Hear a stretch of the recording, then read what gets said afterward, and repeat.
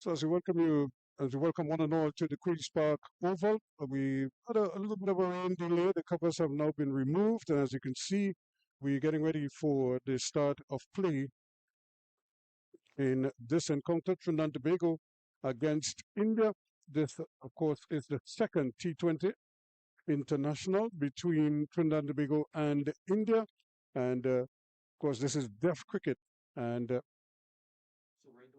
again, our congratulations to both teams, the players on both teams, both associations for putting all of this together. And here we are with this encounter now. This is the second encounter. They won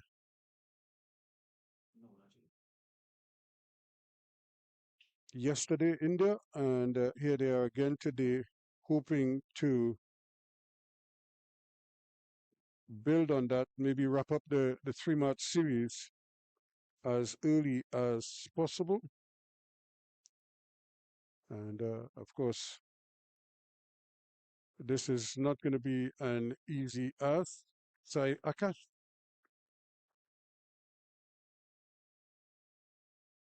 to take first strike. He's no doubt want to do that. Nicholas Mohammed, who has been one of the finds for Trinidad and Tobago, is going to open the bowling again.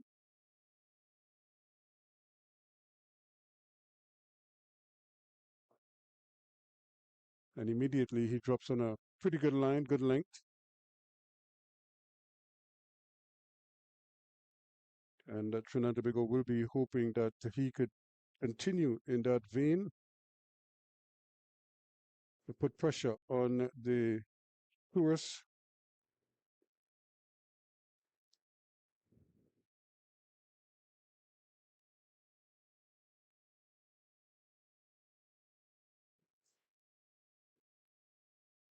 And immediately they're off and running. The fielder just uh, brought over to that side and immediately springs into action.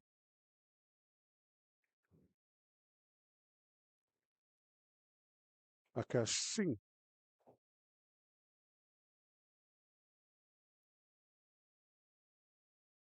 is now on strike. So just a one run so far. Trinidad and Tobago bowling first and a good shot to get off the mark. And opportunity for an overthrow. Not only one, they will get another one. They probably could run four if they run hard. And they decided no against it, but they'll get three. But they could so easily have had a fourth one. And so certainly an opportunity there that they didn't really anticipate, but they'll take it all the same. Two extra runs when one looked like all that they would have gotten. Four without loss now. Again, almost the identical area. This time they decide not to release the ball, pushing the score now to five without loss. So remember, this is the second game of the three-match T20 series. Happy to say that despite the delay, they're still going to try to get all 20 overs in. Here's the one just cutting. He might have gotten a touch onto that one, and it went through the hands of the keeper. You could see Mohammed throw his hands in the air there. A little wrist spinner there, probably just a little bit of movement off the wicket. And induced a cut shot. Akash Singh living dangerously there. Again, push and run, and they'll get another comfortable single to end the over. So that is the end of the first over here. And six without loss is the score after India won the toss and opted to bat first.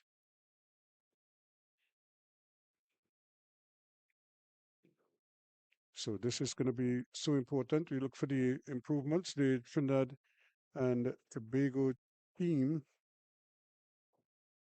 they'll be hoping that they can really show some improvement. Of course, Devon Adams is the captain, Shimul Kadugan, the vice captain, the wicketkeeper, Jamel Borneo, Amir Budu, and Christopher Guman Singh.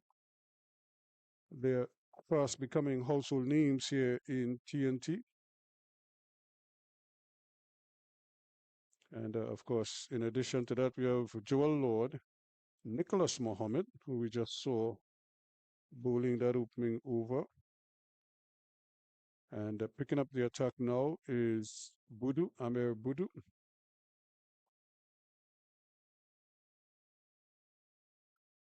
And a lot of these players in this series so far have distinguished themselves. Like I said, we had some good catches taken yesterday by the Trinidad and Tobago team, but then they dropped a couple sitters as well.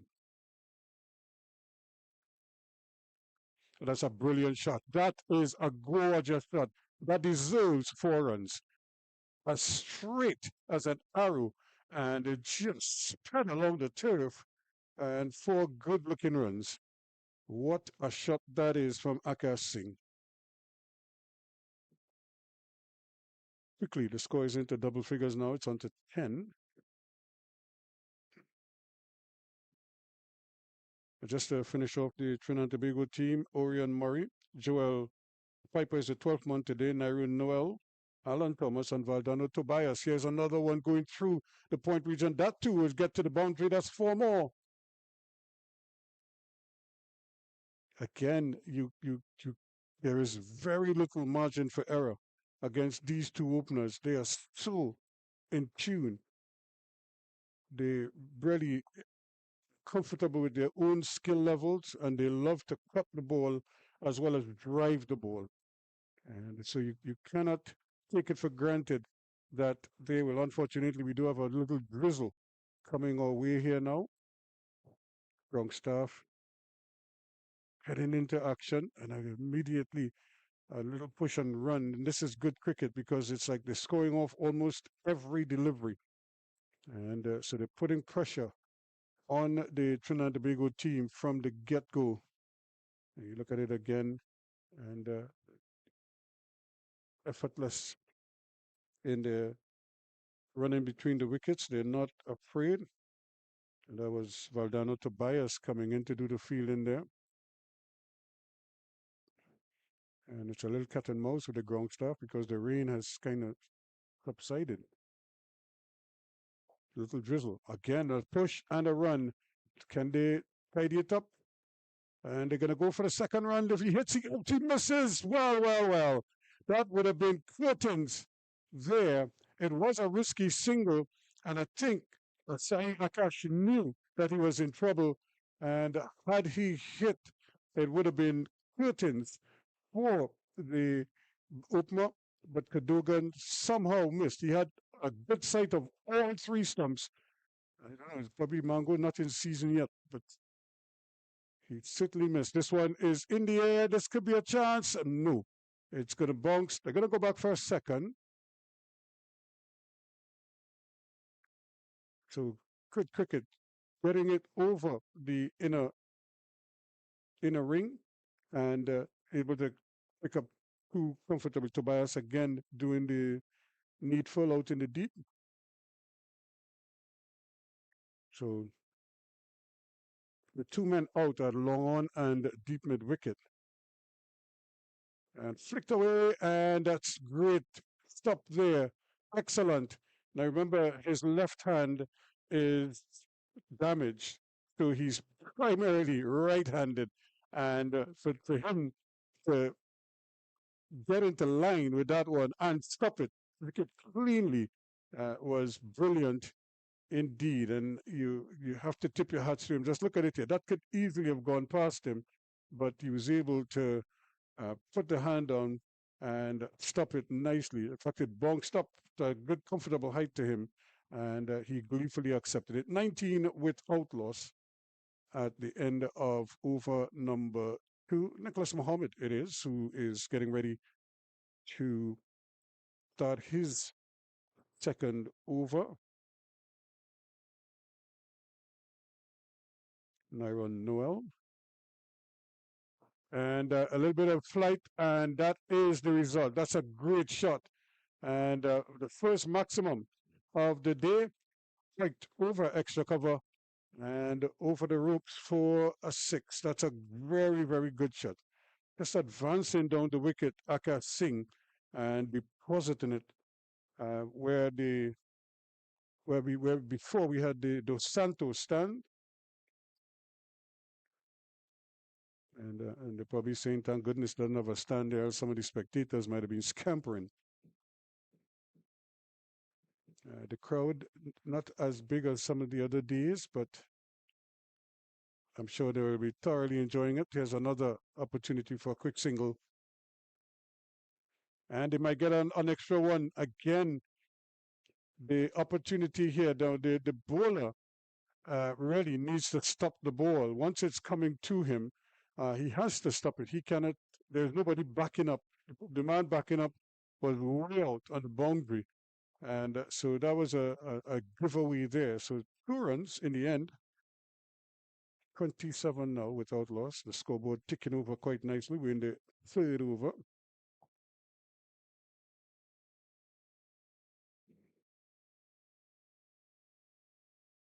Brilliant shot. That's 4 more. Too much width on offer there. And he just cracked it square. And what a lovely shot there. And Akash Singh is just feasting right now.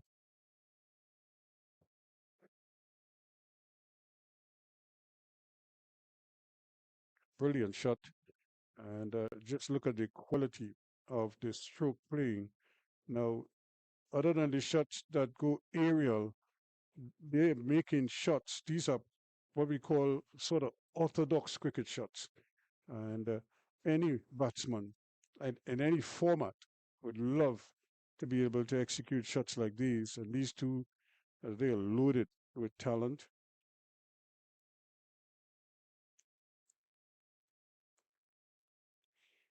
So a little bit of concern, of course, for the bowlers because we have had some rain. So the grass uh, might be just a little bit damp. We'll be holding some of the water, even if it's just surface water. But that will obviously affect their grip on the ball. And he's bowled him. He went right across that one, missed it, and was bowled neck and crop. So Singh really trying to get on with things here, hit right across that one, and was bowled all over the shop. And really a gift there for Mohammed, but he will take it. And that's the big wicket going there because he was on fire. Akash Singh, I think he goes for 25.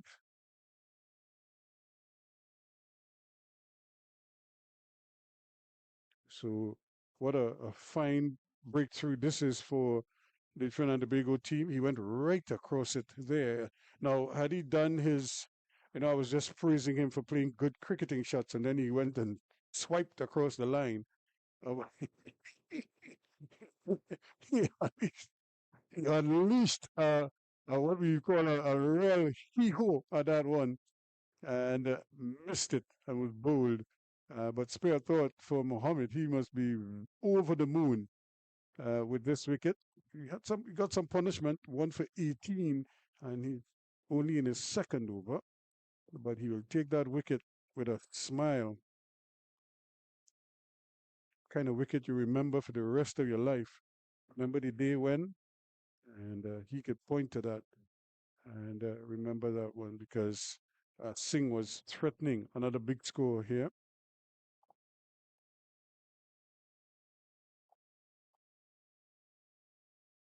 So Krishna Gowad, or Gouda, I should say, is the new batsman. He again showed tremendous promise.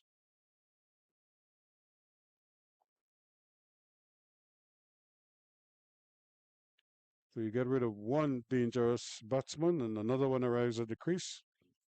Yep. He's quicker delivery. Good first up. Good delivery first up to a new batsman.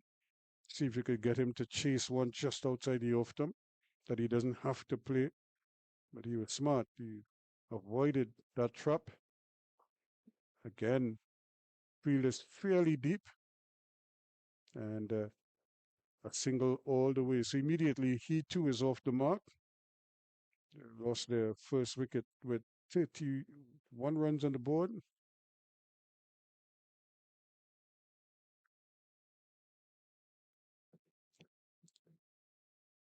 So 32 for one now at the end of over number 3. Remember, this is 20 over, weather permitting.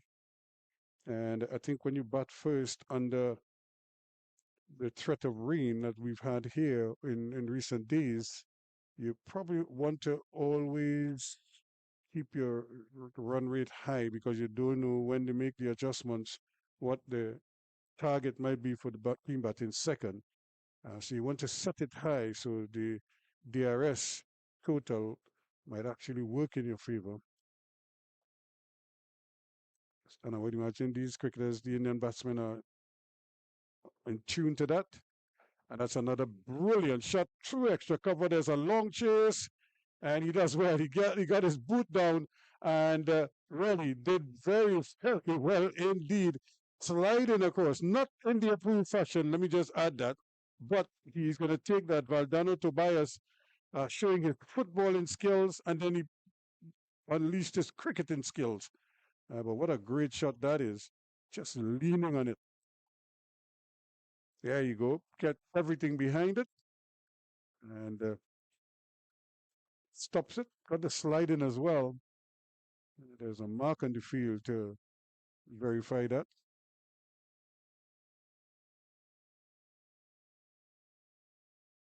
Now there's a long on, but he's very straight. I would imagine they'd need him a little bit square, or maybe have him around a little bit more. And now you could see him asking him, well, the wicketkeeper is asking him to go to his left. The man at mid-off is asking him to go to his right. So he's probably as confused as anybody as to where exactly am I supposed to go. Because right now he's what we used to call well, he's not really a long stump because he's at long off. He's right in front of us here. And he's almost behind the bowler's arm directly. That's a great ball coming in, and they will get a single. There might have been some bat, then the pad. So he will get the single there. Gouda. Look at it again. The thick inside edge onto the pad.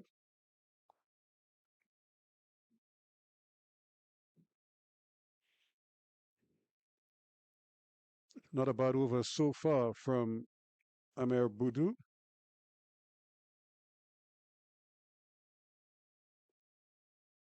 Going away, and again, that is always going to be the challenge for him. But look at the enthusiasm with which he's able to sprint after the ball, picks it up, and Nairo Noel certainly what he lacks because his physical impediments doesn't allow him to do certain things, but what he can do, he does with a lot of effort and energy.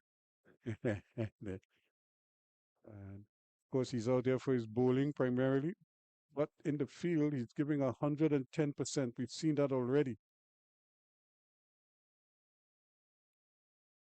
And that he will have to do over. And maybe he liked the fielding of Noel so much, he wanted to see if he could get him involved in the game a little bit more. But Boudou would be better advised to stay away from the pads.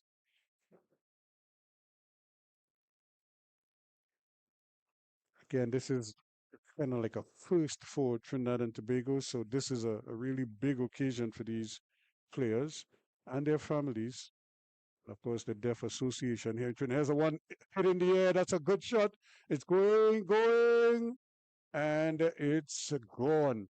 So that's another maximum there. Just picking it up and helping it on its way. We've said Krishna Gowda is a dangerous customer, and you're seeing why. That's a beautiful shot. Cut out easily, just picked it up and deposited it over long on. You could see some gray clouds in the background, but you could still see the ball traveling through those gray clouds and over long on for a six. That pushes the score quickly on to, should be 42 now.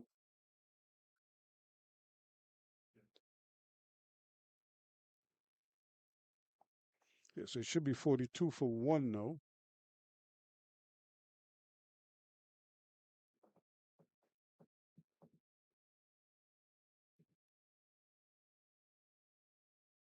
And again, that's a great shot. That's even better. What a shot that is. Again, just going down on one knee and cracking it just behind point. Not a man move. In fact, the only movement was to retrieve the ball.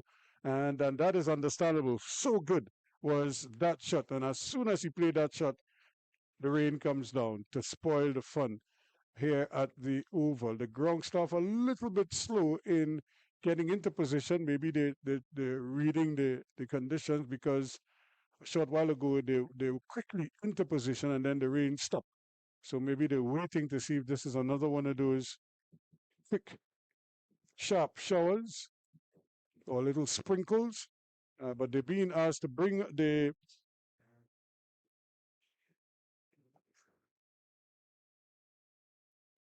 covers on. So 4 overs completed now, and it's 47 for 1 at the end of the 4 overs. And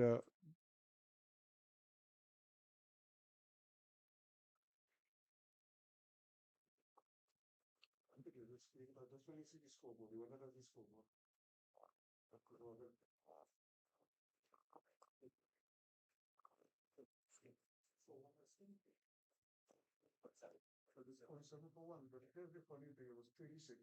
You get this 6, so they get 48 from center. And then 4. And then 4, 46. 46, so you can see the ground staff just getting the covers out. And again, the rain hasn't increased much, but it's still falling. So they need to do the needful, cover the entire square, because if the other wickets get wet, then that could create immediate problems for the fielders, even the batsmen when they're running between the wickets. So it's just like that. And you look at it again. Look at that shot. That's a brilliant shot. Down on one knee and just slapping it just behind point, opening the face of the bat as well, and getting it. So 47 for 1 it is, with a rain delay here at the Oval, but I don't think it's going to be that long. In fact, they may be asking the ground staff to don't go very far, stick around, because they may be asked to take them off as quickly as possible. And the beauty here at the Queen's Park Oval, as is the case to some degree up at the Brian Lara Cricket Academy, is that as soon as the rain actually stops, because the drainage and the ground conditions are as good as they are, you could almost get play, almost immediately after. So there's no lengthy delay or time wasting as a result of that. So again, remember the early part of this tour was scheduled for the National Cricket Centre, the 2 one-dayers. Because of the inclement weather we've had in the last week or so, that forced a change of venue. The Oval picked up the second one-day international, which was last Sunday, which we did here. And there was a little bit of rain as well in there, but they were able to get a result fairly quickly. Yesterday we had the first T20, and again we had a little bit of a delayed start because the rain was threatening early on. And here we are today again, and we already have one little rain interruption just before 3 o'clock in the afternoon.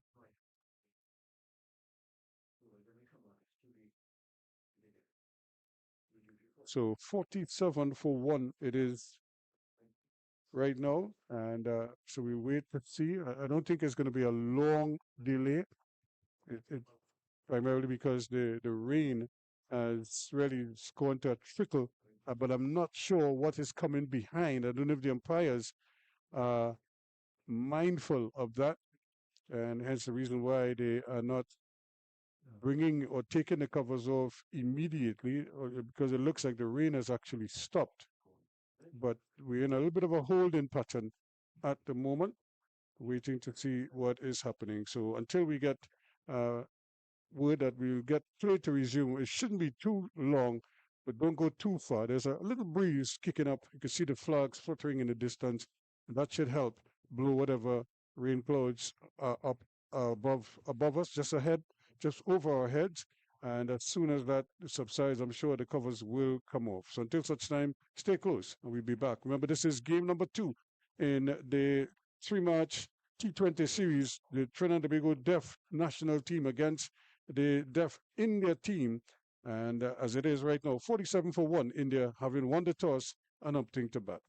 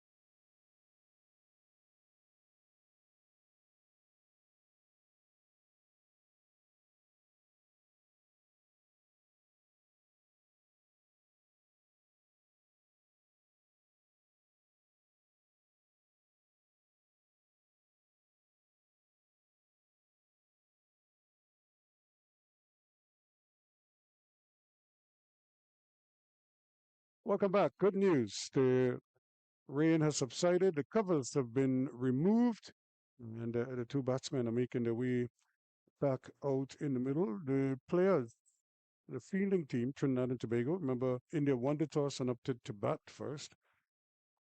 So they are off to a pretty decent start. 47 for one after 4 overs. And it's that man, Krishna Gowda, who has come out and immediately has decided that he wants to get on with things.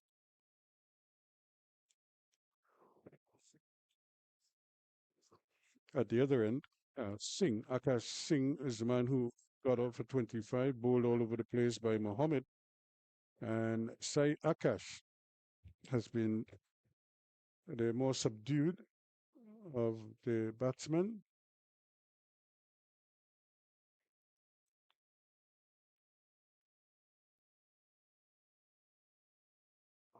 That's another good shot. Into the gap it goes, and that's 4 more without any fuss at all. That brings up the 50, and Akash just coming onto that front foot and lifting the ball, just stepping into it and stroking it nicely down to long off. There's no long off.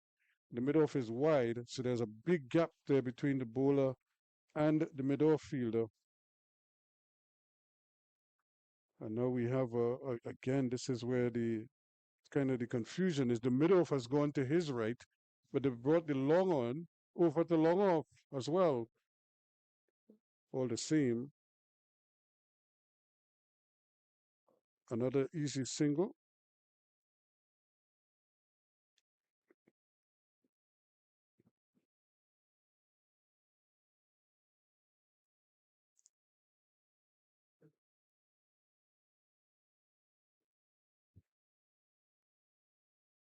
So 52 now with for one, and that's another good shot.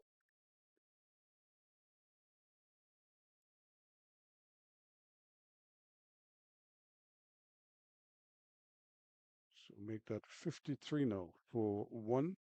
Akash is on to 12. He's back on strike.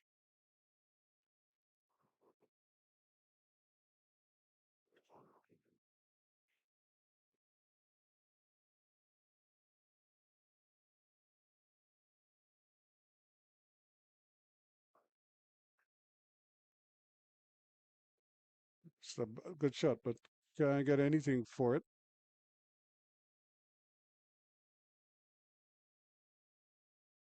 So Trinidad and Tobago really, there are a number of areas that I'm sure they will recognize that they have to improve in the field placing. The way they set their fields, obviously, is one area that they're probably going to improve over time.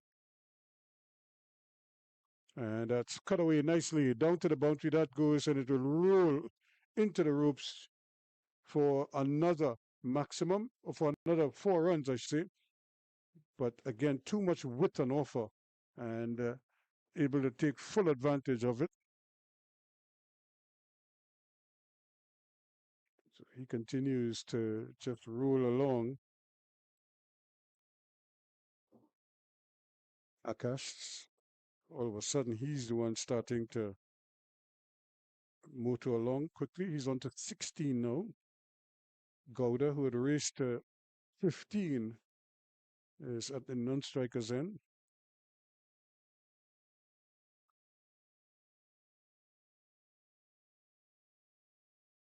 And again, you try to use his feet here and coming down the wicket, but probably came down the wrong line, got in his own way there, and missed out on a chance at maybe a big hit. 57 for one at the end of 5.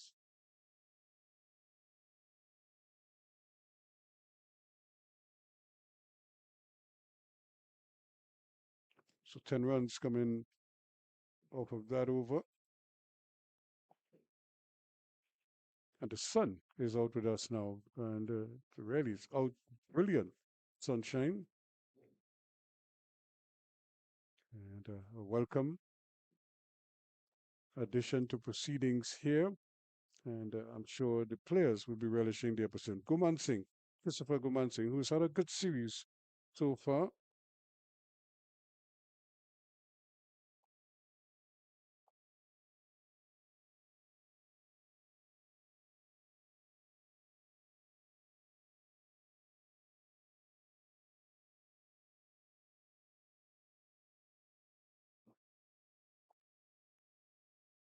Again, they're probably going to be asking him to try and keep the run flow down as much as possible, and more importantly, get some wickets.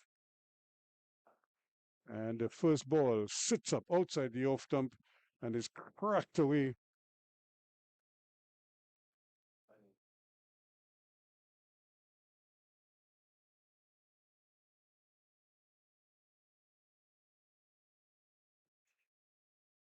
So into the 60s now goes India. And when you consider in yesterday's game, they posted 250. They'll be hoping for a similar kind of output today, if not better. And that's not good news for the Trinidad and Tobago team. They will take the under on that. But they're going to have to take wickets. That's one way to do that. And that's not going to help.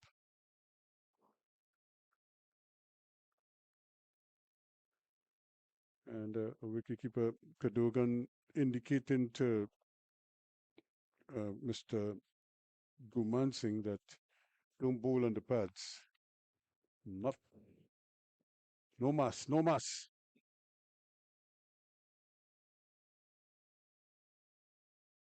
I'm almost pleading with him to bowl out off stump outside the off stump. And short enough, probably didn't get it as well as he would have liked.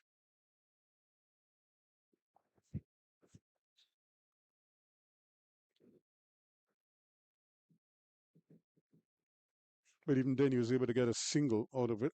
So the scoreboard keeps ticking over. Like we said, the sun is back with us here now. This is so good to see. So welcome him to the Oval. Full toss, Swift, put away brilliantly. And again, not able to control the ball as well as he would like here. Served up a waist high full toss that is just deposited uh, over forward a square there for 6 runs.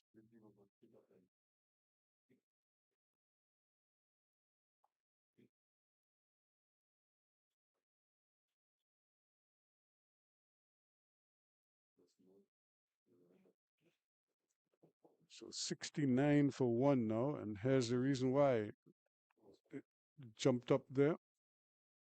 And as we follow the ball flying through the air there, you can look in the background and see some heavy clouds, but those clouds won't affect us because they're past the oval already. It's the ones that to the east of us are the ones that we focus on. And again, another wide. So we've had a proliferation of wides.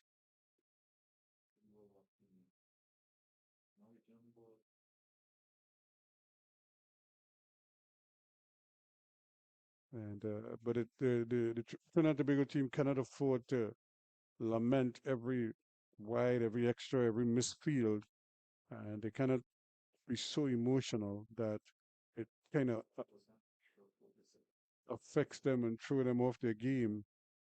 They have to be a little more clinical, a little more purposeful in the way they go about their business.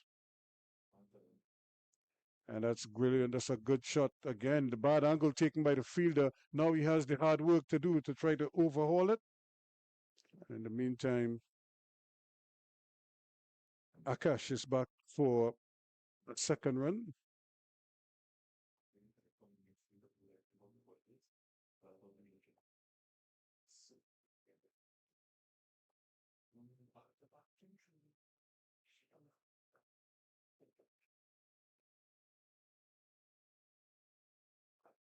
And another single taken. No real pace being applied to the ball here by Guman Singh. So the batsmen are the ones trying to apply power. And as a result, because they're trying to hit the ball on the ground, a lot of times they're not timing it as well as they would like.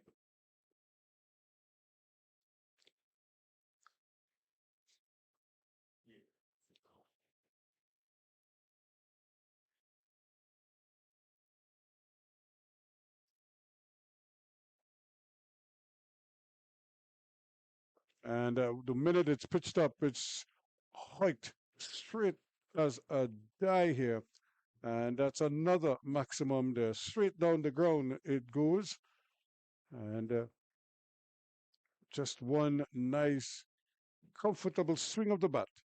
And getting the maximum results there. 79 for one now at the end of over number 6.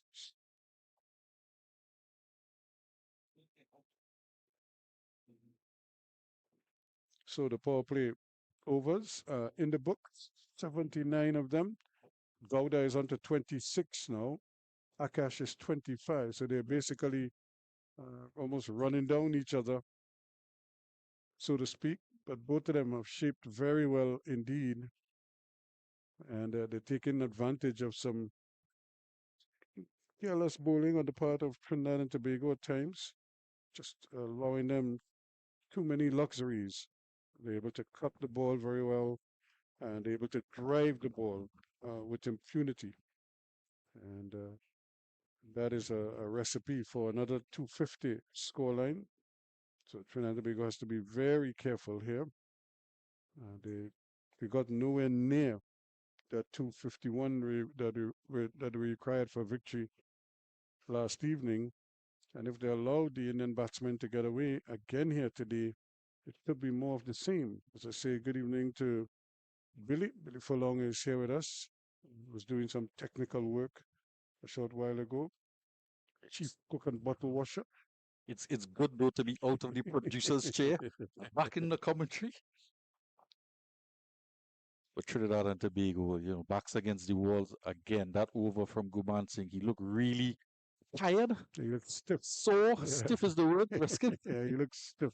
Sadly, we both familiar with that, unfortunately. Look, he's probably getting pain in muscles he didn't even know he had. And that's what happens at this level when you're not fully prepared for it. I'm not sure what their after game routines are, and but you have to take care of your body when you're being asked to do stuff like this. And here's another one, not a bad delivery, but again, the wicketkeeper Kadoga not able to haul it in, and they're gonna amble 2 runs, 2 byes. And there goes the signal. So that pushes the score along nicely now into the 80s. And a 50-run partnership, 21 balls. So they're making good progress. And the new bowler coming on is Jamil Bonio. As our producer indicated as well, Kishaf, he's not quite sure, neither are we, how often these guys would have played back-to-back games. And now they're going to be playing back-to-back games. Backs are against the wall. Yep. Yeah. And the bowler applauds himself. Yeah. That's a good delivery. Yeah. I could live with that. And it's a dot ball. Yep. Now there is confusion as to where the field, where they want the fielders, and that just adds to the delays. Turned away nicely for a quick single. They'll get it too. And the return comes flying in to the keeper. Yeah, that man Guman Singh just warming to the task. I expect that we would see a faster second over with a bit more hustle and bustle in the run-up to the crease from Guman Singh in the next over. Yeah, but that's easier said than done. He's, like I said, he's probably so stiff right now. In fact, most of them are. And it's just, how they get through the process. And that's brilliant. Again, we've really seen some amazing shots from the Indian batsmen. They have produced some exquisite shots, especially the driving, the straight drives. We've seen a plethora of those now, and each one seemed better than the one before. There's all quality strokes here, and it seems as though whoever they put at the top of the order, because there have been some changes at the top of the order. The captain, the century maker yesterday, dropping down the order. Today, he's not yet out to bat, just 1 wicket down. But seems as though their top 4 or 5 batters are quite capable and can bat anywhere in the order. Cleaner missed another dot ball from Borneo. Not much celebration after this one, however. On the heels of that boundary. He didn't applaud that one.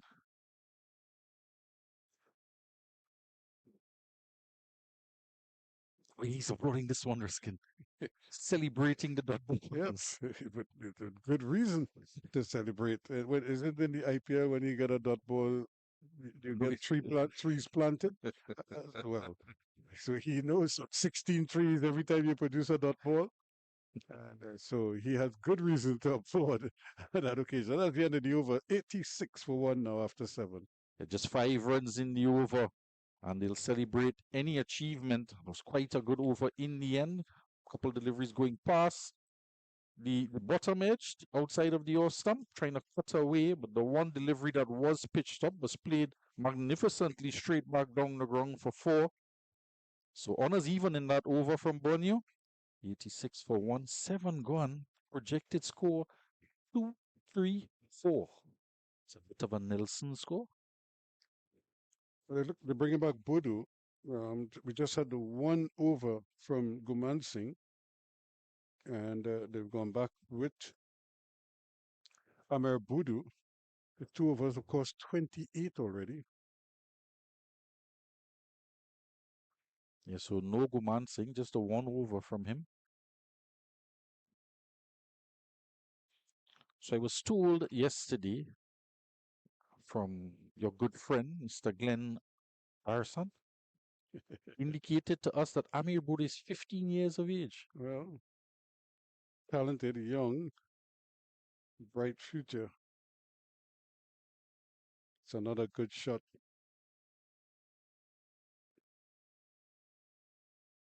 And good cricket, good attacking the ball and releasing it quickly as well. Yeah, I've been impressed with Murray in the field. He's very positive, attacks everything. Catch go down, but it was a straight one to him with a lot of power when he was walking in. Couldn't quite cushion it yesterday, but on every occasion he was attacking everything and getting the throw in as quickly as possible. And that's another good shot. In the gap it goes. This one is going to run away as well. 4 runs. There were 2 fielders closing in on it. One coming from the sort of a deep cover. The other one from long off. Neither one could get there.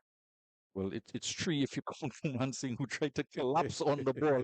He held his hand up in an apology, as if to say he should have knocked that one down. But we can forgive him. After a tough outing yesterday, he didn't bowl too bad yesterday. Went for close to 40 runs he conceded. There was a lot of good deliveries in there from him. So he's just taking a breath, opting not to bowl consecutive overs. And Bodu just punished for a full ball outside of the off stump. And again, going across the line of that one, they've gone for 1. I don't think they want a second run. They've opted to stay for the 1. The Captain Adams came off that deep backward square leg boundary. Not very often you see the captain of the team fielding in those positions. Also saw Bodu just berating the short fine leg, telling him he should have gone to at least shadow the ball to put some pressure on the running. But it was good work by Adams. And there he is in conversation. I use the word conversation with the wicketkeeper, who seems to be doing a lot of the field setting, Cardigan. Yep. That's a good delivery. It's played well again, but treated with respect. And just the single coming off of that one, Bonio coming into play. And it's not a bad over thus far, apart from the boundary. And had Guman Singh just knocked it down, would have been another potentially economical over. Yeah, and that's what you get. You get, he may not have bowled as well yesterday as he's bowling today, and then, you're gonna get days like that where it kind of goes up and down. That's very well bowled, right in the block hole, but played well in the end. Also from Gouda, just digging it out. They got a fresh off of a half century yesterday, made 54, batted quite well, along with his captain, Varindra Singh. With 100, brilliant 100 too. First of the series. That's not a bad ball, but that's very well played. This could be cut off here. It is. O'Neill. A good feeling out in the Bonio in the thick of things. The over comes to an end 95 for 1 after 8. So not a bad over in the end from Budu. Yeah, he's done well. It's not these two batsmen are so skilled, so highly skilled that any margin at all, any error, whether you stray in the line or the length, you're liable to be punished. So when you can keep them under 8 or 9 in an over, you could be happy with that. You could applaud yourself for that one. Plant some trees. So it's going to be a bowling change. The new man into the team, Alan Thomas. He was just berated by Budu for not chasing down ball at short fine leg. So now he'll get a taste of it where he's his turn to encourage encourage the fielders to chase the ball down. Or he might just be focusing on prying out the wicket of Sayakash. Sayakash made light work of chasing down 50 on Sunday, finishing with 32 not out. I think he had something like 5 or 6 boundaries. 3 sixes. Another good shot down to the long on fielder. And this is the thing. We're not seeing any of the Trinidad and Tobago bowlers like imparting spin on the ball, and or able to deviate, to have the ball deviate off the wicket much. And that one is in the air. The wicketkeeper is trying to get there. So too, and he does. That's a great catch. He had to go a long way, Cadogan, but he kept his eyes on it. And really, Gouda goes for 36. And he must be very, very upset. But what a catch from Cadogan. That's an excellent catch from the wicketkeeper. And using his hands, there's no calling out there, indicate to the fielders that he was going to take the catch, and anything high up in the air close to the wicketkeeper or in the 30-yard circle on his half of the pitch, you expect the wicketkeeper to go after it, and he waved them away, settled himself under it. He was still on the move when he took the catch, and it was a top edge from Gouda, so no half century for him today. But the new man into the team, Alan Thomas, picks up a wicket, albeit with an unintentional delivery, it has to be said, and off the top edge, and a good catch indeed. Hello, full tosses get wickets too. And we just saw that there. Classic example of that. And how often have you been out by a full toss? Never. You've never been out. And I'm not counting Yorkers that I missed. I think I've benefited from a few wickets for full tosses as well, and I'm almost certain in my career I would have hit a full toss or two down long on's throat or something like that. It happens so much. that you probably don't even can't even count the number of times you've seen that happen. There was one occasion on that very pitch facing up against a youngster, Rivaldo Ramlogan. Tell you about that. And the skipper Singh is immediately off the mark, coming off fresh from 100, an unbeaten 100. I'm sure he would like to follow that up with another good score. And Ramlogan, he was bowling on the pitch where West Indies had played against Sri Lanka, I believe it was, where Shannon Gabriel took his 10 wickets. And he was only bowling two deliveries, bouncers and Yorkers. And he picked up 4 wickets for 15 runs with 4 Yorkers. I'm surprised you didn't see hit a couple batsmen as well. He struck a couple of them. Well, fortunately, a lot of the batsmen didn't have to get out of the way because they didn't even see it coming. Myself included. He was that quick. The former Trinidad and Tobago under 19 opening bowler, marching Patriots as well, Mr. Rivaldo Ramlogan.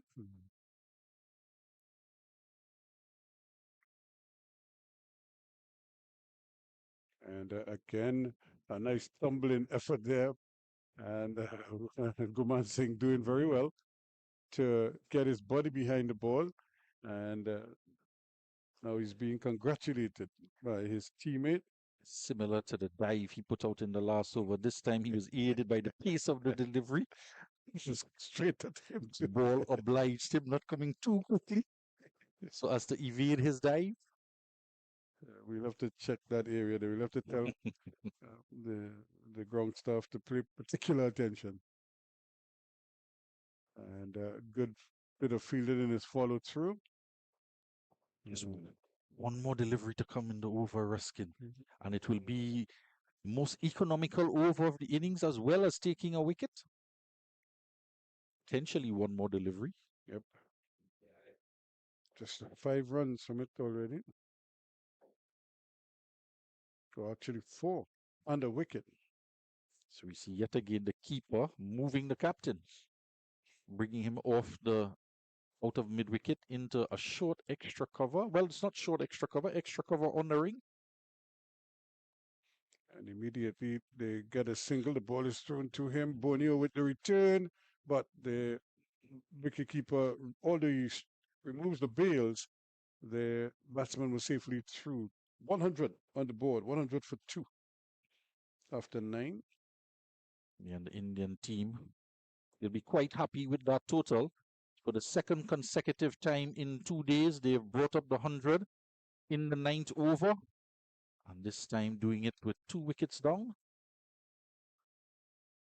So they're continuing along with the same pace, executing much the same type of shots with the same type of efficiency. And we haven't spoken about the captaincy as well, but the wicketkeeper is playing a major role in the field setting and at times causing some delays in the over rate as well. But it's taking a little time due to the mere fact that he firstly has to get the attention of the fielders.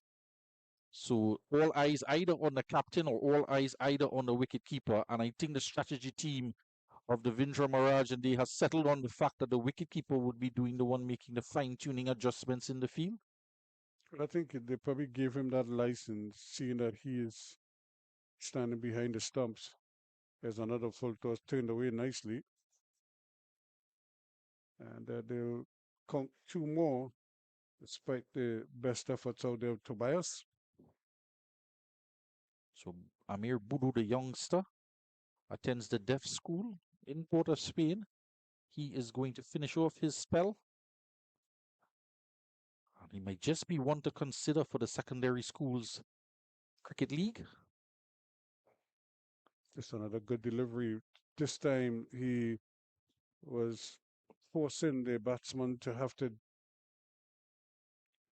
dig it out to some degree. Yeah, good delivery there from the youngsters. I draw his attention to the president of the Secondary Schools League as I say good afternoon to Mr. Nigel Mirage. This might be one for the future. Have a look at the youngster.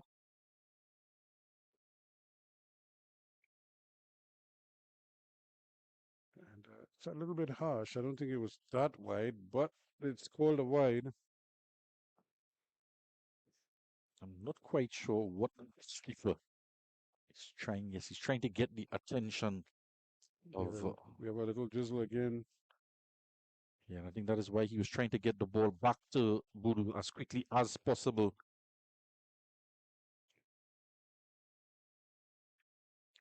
It's another good delivery. It's just been a pretty detailed over so far, despite the rain. Let's hope this is just one that will blow over quickly. We can see some light clouds in the distance. The umpires can just stay out there through this bit of drizzle. It's another good shot. It's a long chase, and they will comfortably come back for a second run. Good cricket all round. Good shot, and a good run in between the wickets for the 2 runs. And a good bit of fielding out in the deep as well. Had some work to do. Speaking of work, we look at the ground staff. They are the ready. But if the umpire doesn't call them, then they will probably stay at the ready there.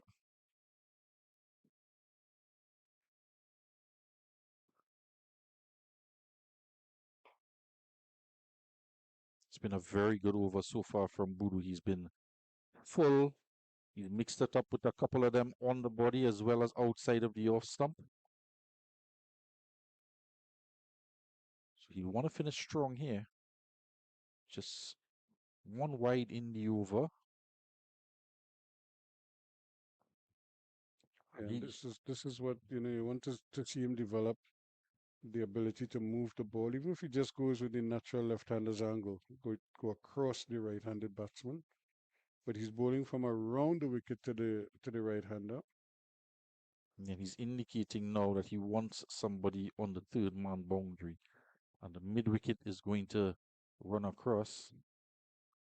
And they'll have to move around in the ring on the offside just to cover that point area.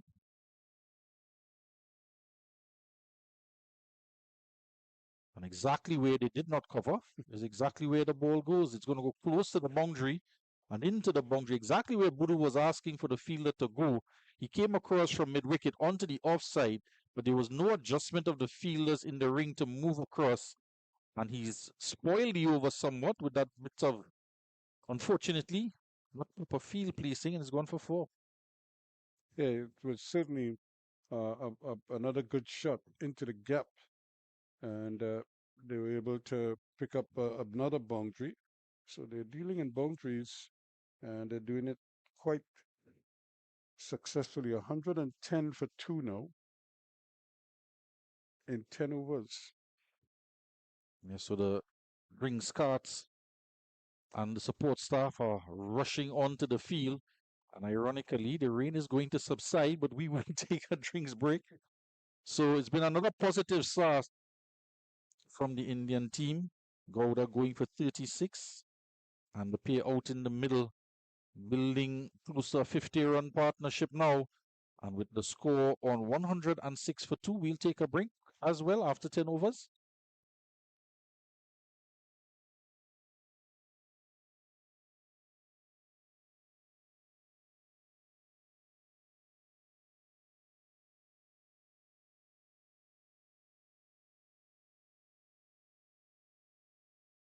Cancer, whether you have it or your doctors are looking for it, only a PET scan can give the critical details. First world countries now use PET scans instead of CT scans. Get the right scan. Get a PET scan. Call us for a free consultation.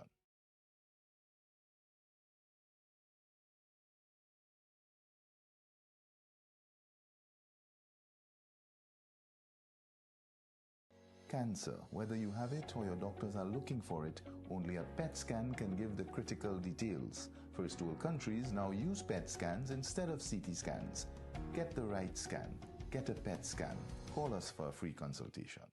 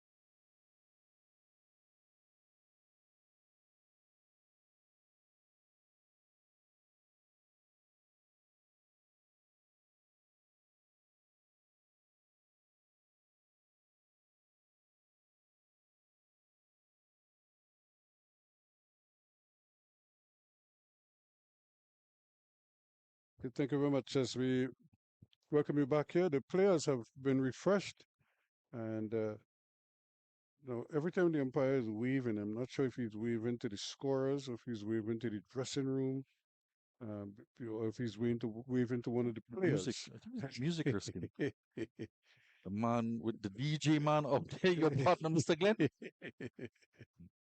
providing all the musical accompaniments. Dawson, DJ Dawson. So Bonio.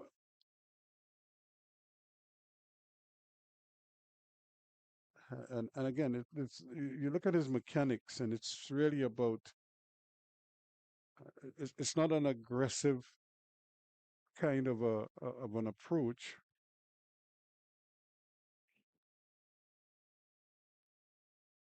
And that's another good shot, but might only get him a single on this occasion.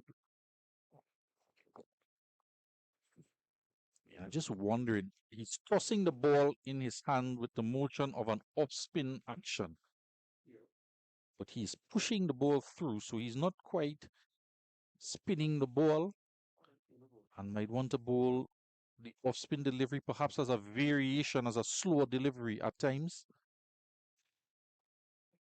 And this one is neither. It's deposited over the head of Budu on the deep mid-wicket boundary for a towering 6. Just looking at the square leg umpire, just indicating that it's below the level of the waist. But it might have started below the level of the waist, but it went over the head of the man Budu on the boundary. And an almighty 6 from Sayakash. And that's a problem. You could probably guarantee you're going to get 2 of those in every over, if not more. And so that's one of the areas that the Trinidad and Tobago players are going to have to improve as a team. And as I say, individually, the bowlers have to, and they have to start finding ways to do more with the ball.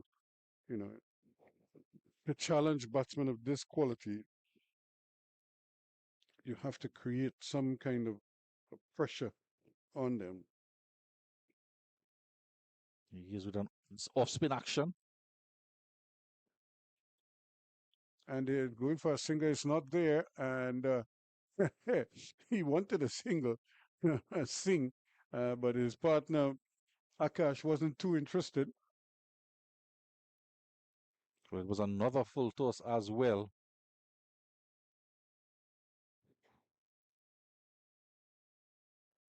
And this one is sliced away, carved into the offside. And nice pickup on the run. And the return is right alongside the stumps on the bounce from Budu, but he got rid of it quickly. And even though they came back for 2 runs, he did his part to end another over. 121 now for 2 after 11. Well, a couple things to note as well. The over rate has been an issue, and it's partly because of not just the flurry of boundaries every over, but as well the changing in the field positions, especially with the left-hand, right-hand combination. And almost at every delivery, the wicketkeeper is adjusting the field, not just to get the fielders in the right positions, because they are not going in the positions that they're being originally set in, but also whenever any adjustments have to be made in the field, the fielding adjustments is made for a particular ball on a particular line and a particular length.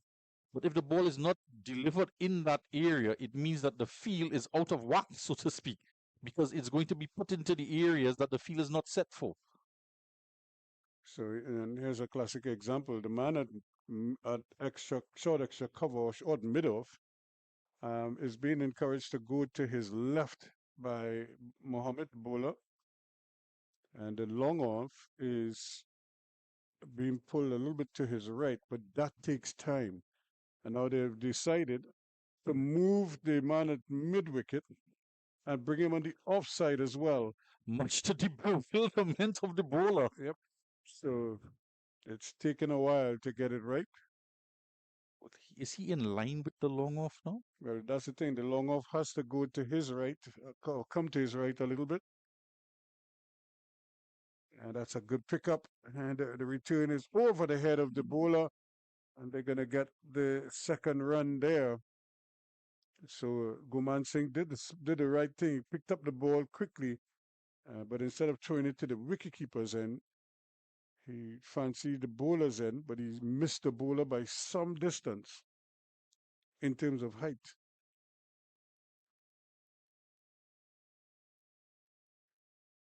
That's a good hit. There's a man out there, and he's going to wait and accept it. Tobias.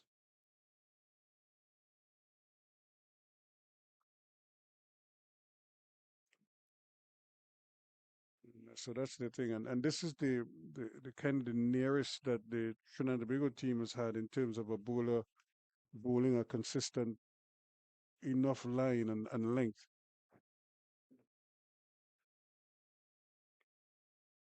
See the coach now making his way out to the boundary edge from the pavilion. Just sending some instructions to the fielders. We have a downpour. As the rain comes down even heavier now, adding to the delays.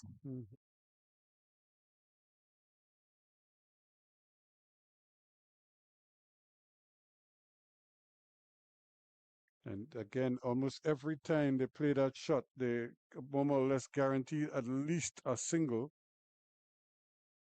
And when they don't get one, they actually turn it into two.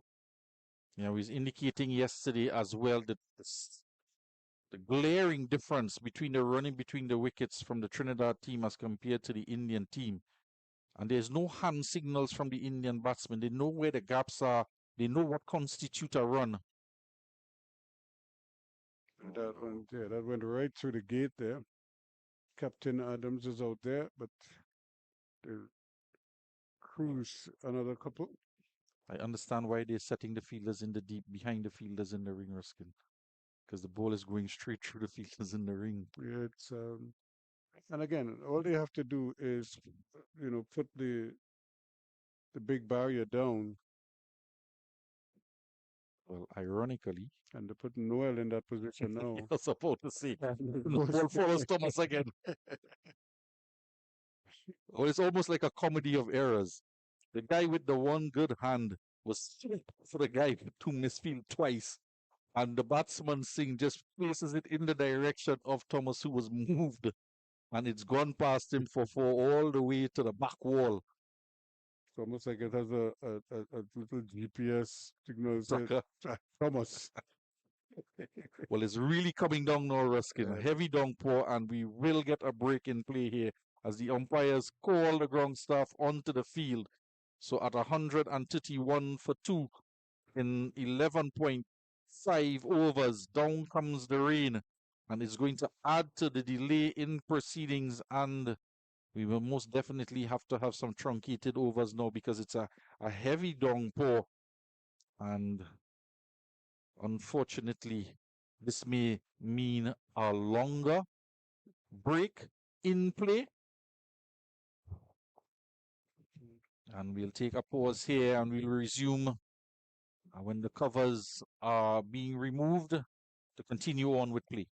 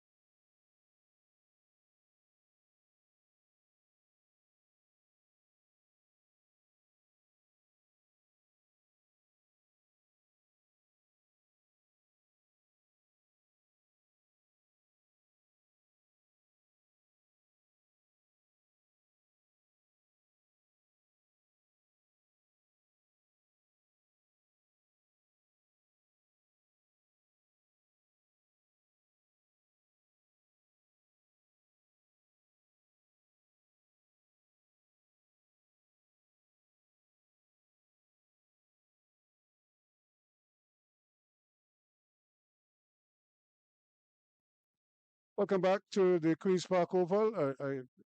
Bright and sunny Queen's Park Oval. And when we were last with you, it was raining and the covers were being brought on. As you can see, the covers have been removed and the players are making their way back onto the field. Unfortunately, we would have had a reduction in overs because of the rain. We've had 2 breaks, and the latest one occurred at just about 5 minutes or so before 4 o'clock. It's now 4:30, so we've lost, another 35 minutes or so. And as a result, the umpires have decided to reduce the over, so it's now a 14 overs a side affair. Unfortunately for India, they have already faced 11 of those overs, and it's 121 for 2 in the 12th over. So they have just 1 ball left in the 12th over, and then they'll have 2 overs after that to make up their quota of overs. And we were talking about that earlier. To when you bat in first and you have the threat of rain, you try to keep your tempo high, and the Indians have done very well with that so far. This is certainly a decent total, especially with a reduced number of overs. And certainly with the rain or wrong, you want to bat last. And They have a better gauge. Yep. When you win the toss, you definitely want to field first. And immediately they get a wide, and they're going to get a couple of runs as a result of that. And the throw never, never left his hand. Well, it left his hand. It just didn't go anywhere. And that is similar to trying to make a chip out of the sandpit. The ball just went up and went back down. It seemed as he had a 60-degree west sandwich in his hand. Well, it's going to have to be, the delivery's going to have to be bowled over, and he had a second opportunity to get the throw in as well. But just one buster ball in the over, we're going to have to do it over. Yep.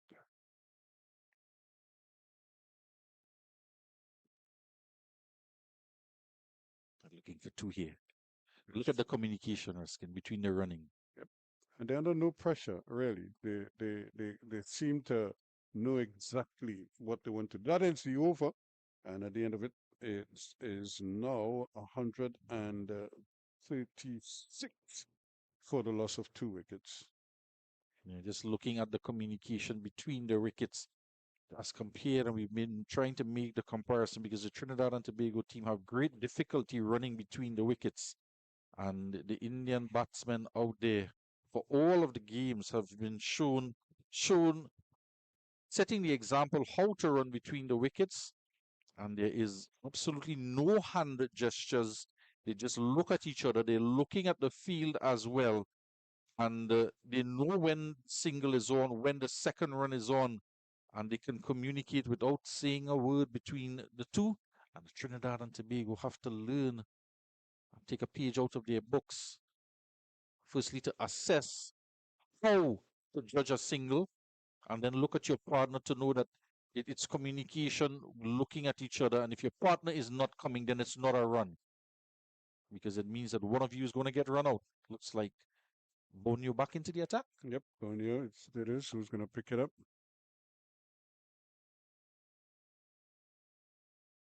And again, the whole idea now has to be to try to get as many runs as possible in these 2 remaining overs. So you might see a little more aggression and forcing of the pace a little bit more. And maybe some of the shots may not be as textbook as we are accustomed to seeing from the Indian batsmen.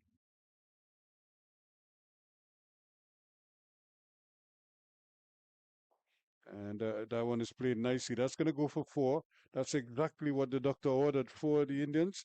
As they come back out here, they have just 13 deliveries to work with, legal deliveries, that is, because they did get a wide first up. And here they're getting a nice juicy half volley wide outside the off stump, put away with some dispatch by Singh. Going to see some fireworks on display here, these next few deliveries. And the 2 batsmen out there, quite capable. Two rocket launchers out in the middle. Here we go again. That too is going to run close to the boundary. In fact, it's going to get to the boundary. Not much that you could do about it. You could see Thomas trying to come around there and not getting anywhere near it. Yeah, Put in a dive. Bonio not happy with the effort. And now he's telling him that he has to stand wider. And he's almost in a crouch position as if he's feeling in full slip out on the boundary and long on. And that's the technical aspect of the game that you could see some of the Trinidad and Tobago players are short on at the moment. And that one is cracked away. That's a gift outside the off stump and a full toss. And put away with some dispatch here now. And that brings up the 50-run partnership as well off of 26. And Ruskin, if you told them when they went out to bat that they'd only be batting for 14 overs, they'd be much the same approach. And Borneo there just gesticulating to Mohammed as, why didn't you go for that? Mohammed does not make eye contact with the bowler. I wouldn't either. 149 now for 2. And more runs here. This could go close to the boundary. Won't get to the boundary, but they will get a couple. And that will take them past the 150 mark. 151 for 2 now. And the runs keep ticking over. The runs keep coming. I'm a bit disappointed, Ruskin, that we won't get the opportunity to see Mr. Noel, Myron Noel, get a bowl.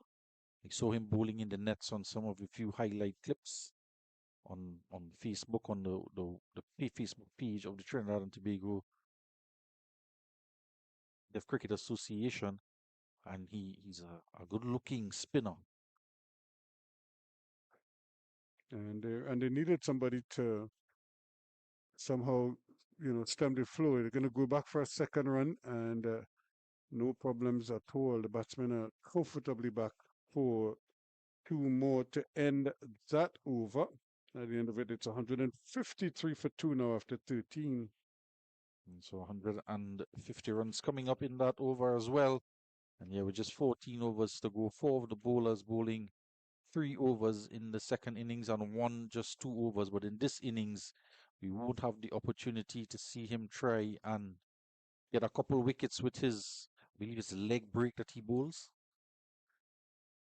Yeah, it's unfortunate though, and even before the rains came, I thought he would have gotten a bowl at some point, just to see how how the wicket would respond to his deliveries. But, because it's clear that none of the bowlers have been able to really get anything out of the wicket. Murray it is who's going to bowl the final over. I was looking after the power play after the 7th over even, if he was going to come on to bowl, but they opted for Alan Thomas, who in fairness to him came on and bowled his first over for just 5 runs, but the opportunity to get the spinner in, because he was specifically on the team for today's game to bowl. And another good, powerful drive. They might think of a second. No, they decide against it. And now they're going to go for it. So a chance here. And if he struck it, he would have been out. And unfortunately there for Cadogan, he misses again. This is second opportunity he had at a run out with the ball in his hands, and he couldn't effect that run out.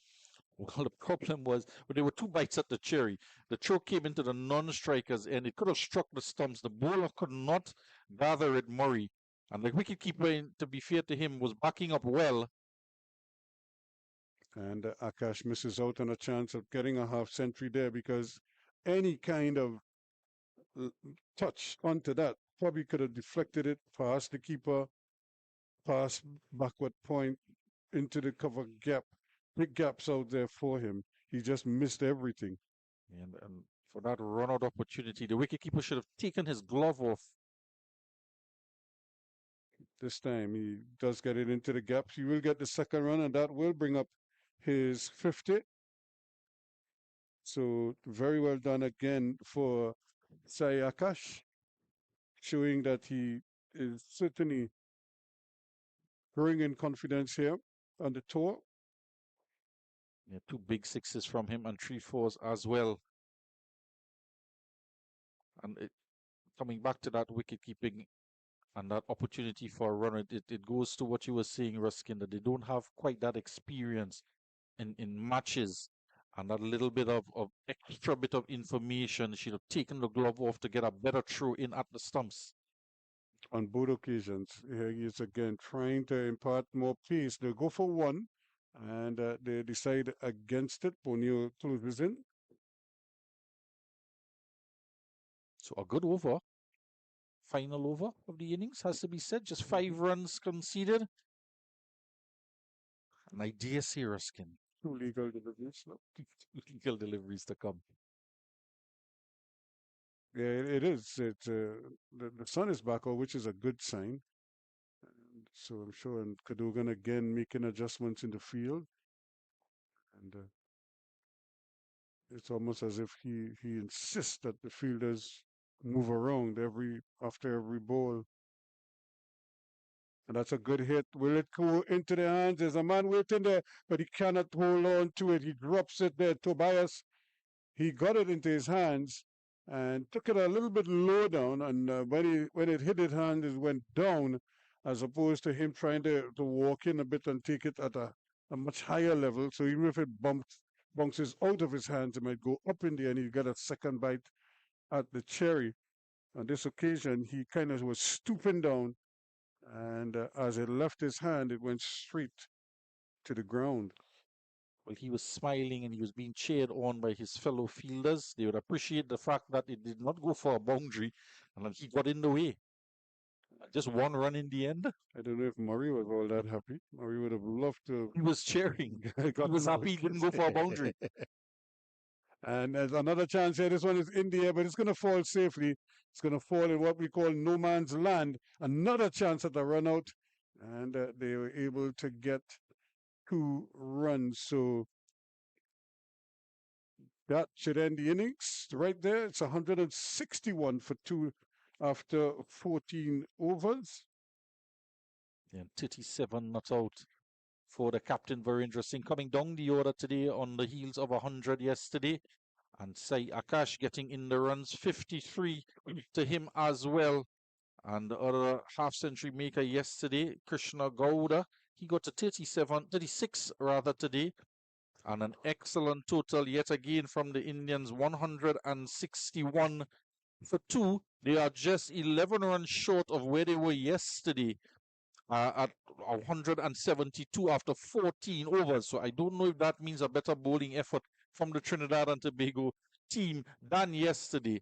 And especially bearing in mind that it's now a truncated affair. But it has to say a good last 2 overs, Ruskin, from the pair coming back out after the rain delay. Yeah, they didn't bowl too badly, and but the Indian batsmen, obviously they have a clear understanding of how they could score runs, and they know they could at least get a single off almost every delivery, and sometimes they turn in those ones into twos because the fielders are either slow in getting to the ball or the returns are not accurate returns.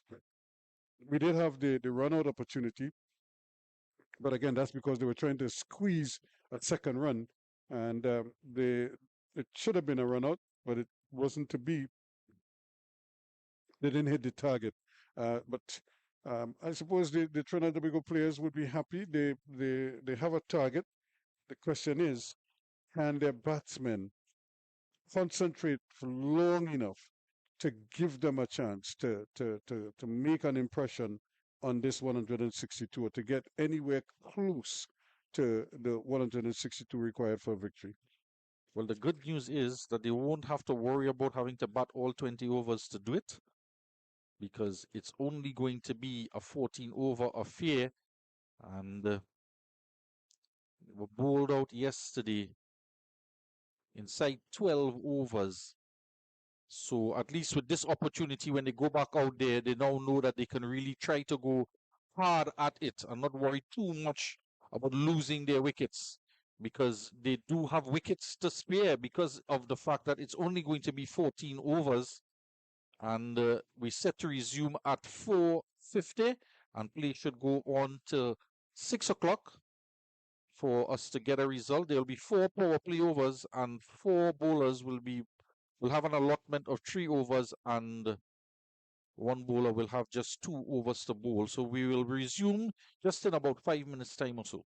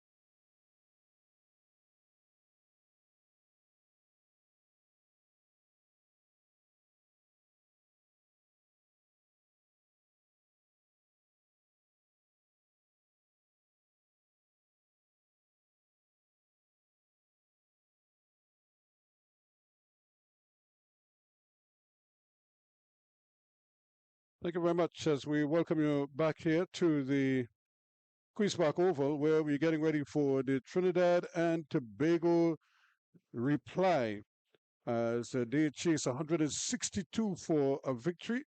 And it's going to take some getting given the way that they've batted before, but you get the impression, Billy, that this might be the format that the players most enjoy. And hopefully they get a chance today to really show. It's only 14 overs, so they could go hard for a short period of time. And hopefully they can make some impression, even if they come up short. But I think what people would like to see is that they put some runs on the board and put some pressure on the Indian bowlers. Yeah, exactly so, Ruskin. It might. We've seen them struggle when they've had more overs to face, and it might be just their cup of tea with the shorter form, and the two opening batsmen out there, Adams and Tobias, might be just relishing the opportunity. They're going to have 4 overs of power play with just 2 fielders outside of the ring, and those 2 fielders are at third man and fine leg. So if there's anything pitched up, Adams might just be wanting to go, if he decides to go in the air over the top on the offside. And in fact, there are just 2 fielders on the onside, so there's a lot of room to maneuver the ball into the onside, and we've seen him.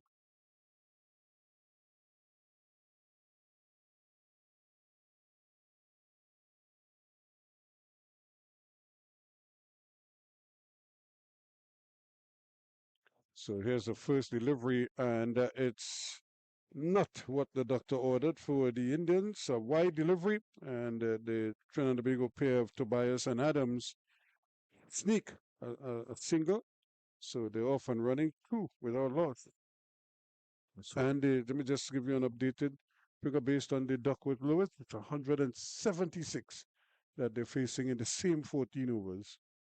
I was making mention yesterday that was 172 that they had gotten up to when it was a 20 over affair, the Indians, at the end of 14 overs. So the Duckworth Lewis seems to be par for the course. 176 is the new total. And you see Adams again struggling with deliveries into his pads. He's not been able to work the ball in the gaps on the onside. And when he's gone out there to bat, it's either been 2 fielders on the onside or at times 3. And balls angle into his pads or even down the leg side. He's not been able to get back onto it. So Nanda. And again, too much movement there. That ball pitch and kept going. Whereas the Trinidad and Tobago bowlers had difficulty getting any kind of movement. He's getting too much movement. Can't control it just yet. Yeah, and Sibun Ananda, if I recall, did he bowl from the top end yesterday? Yep. The south end, yeah. So he's just been rotated to the other end. Might just take a couple deliveries to get accustomed, to get his line and length. And you could see him thinking in terms of a wicket egg. His hand was already going up when he saw the ball coming into the pads of Tobias there. But to his credit, Tobias just got the bat down in time and kept it out. Indian team, in keeping with their rotation policy, the man who got all the breakthroughs yesterday, Sanju Sharma, he's not in the 11. And there's this familiar approach from Valdano Tobias where he doesn't really hit the ball. He tends to just get behind the ball.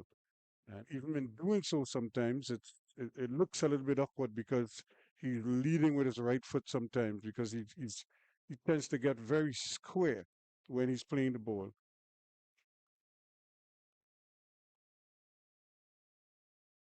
And this one is hit India. He could be out court. Man is running back there, and he takes the catch. A very well judged catch by Mahapatra.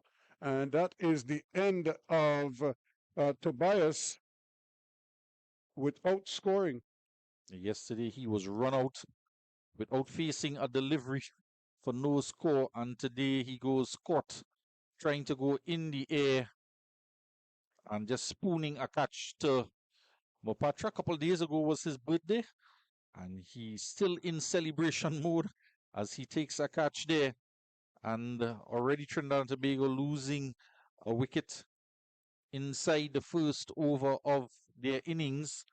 And although, as we mentioned, Sanju Sharma, who got 3 wickets in 1 over yesterday, swung the ball a lot, he is out of the lineup, as well as Vivek Kumar, who played in all of the games leading up to today. He is also out. So there's 2 new opening bowlers here on display, and already they are successful. Well, the first one is. Yes, and end up putting a delivery on the leg stump, and you could see he was trying to turn it on the onside, but he got a leading edge, and it just made height. A very good catch, running back there from mid on. Santosh Mahapatra taking a very, very well judged catch to give India an early scalp, and Nicholas Mohammed has come out. He is the leading run scorer for the Trinidad and Tobago team, Nicholas Mohammed.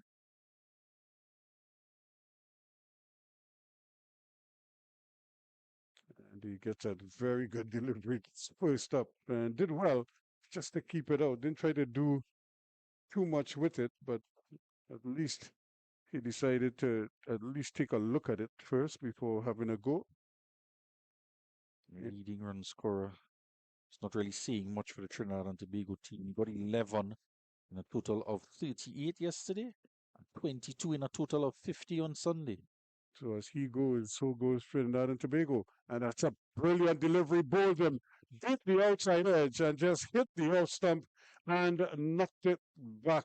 So really, he picked up the original line. He covered the original line, but when the ball moved, the bat never did. And the ball just went past the outside edge, but it struck the stump on the way through. You look at it, he seemed to have everything covered except the ball.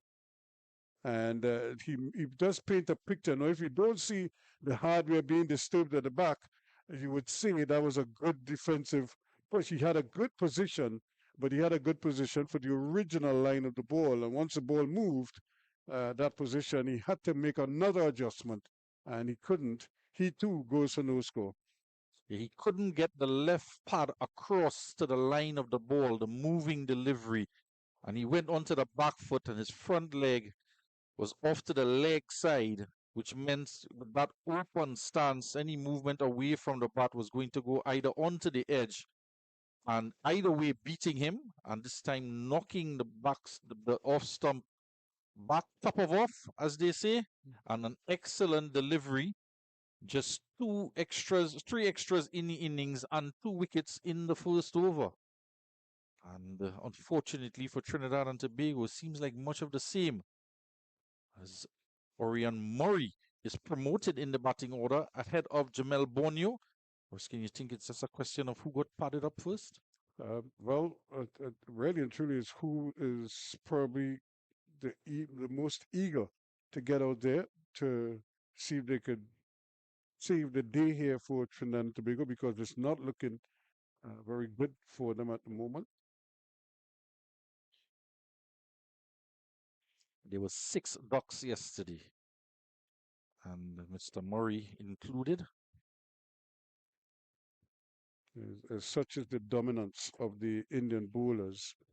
They really put pressure on the Trinidad and Tobago batsmen, and the local batsmen have been found wanting. And, again, good carry once again. So finally, the first over comes to an end, and Trinidad and Tobago not happy. 3 for 2 at the end of it. Yeah, Trinidad and Tobago have a lot to do, not just in this game, but develop their cricket on the whole. And all departments need to have to get some work. Mr. Enel Ryan is going to have his work cut out for him with this team, working alongside Mr. Davindra Maraj and Anthony Dawson. But the Captain Adams is still there, and he has not had too good a go of it. He had a long stay at the crease on Sunday, opening the innings, what was originally a 50-over affair, truncated to 30 due to the rain. But the first part of that innings, he batted for quite some time. I believe he batted well into over number 10. But couldn't get the ball away. Yeah, he just managed 6 runs and a lot of deliveries into his pads that he couldn't just break the wrist and work it into the onside. Yeah, it's such a steep learning curve when you're playing at this level. You're getting no quotas. And that's a wide. Thank you very much. Mohad Santosh Mahapatra is the bowler from the bottom end or the southern end.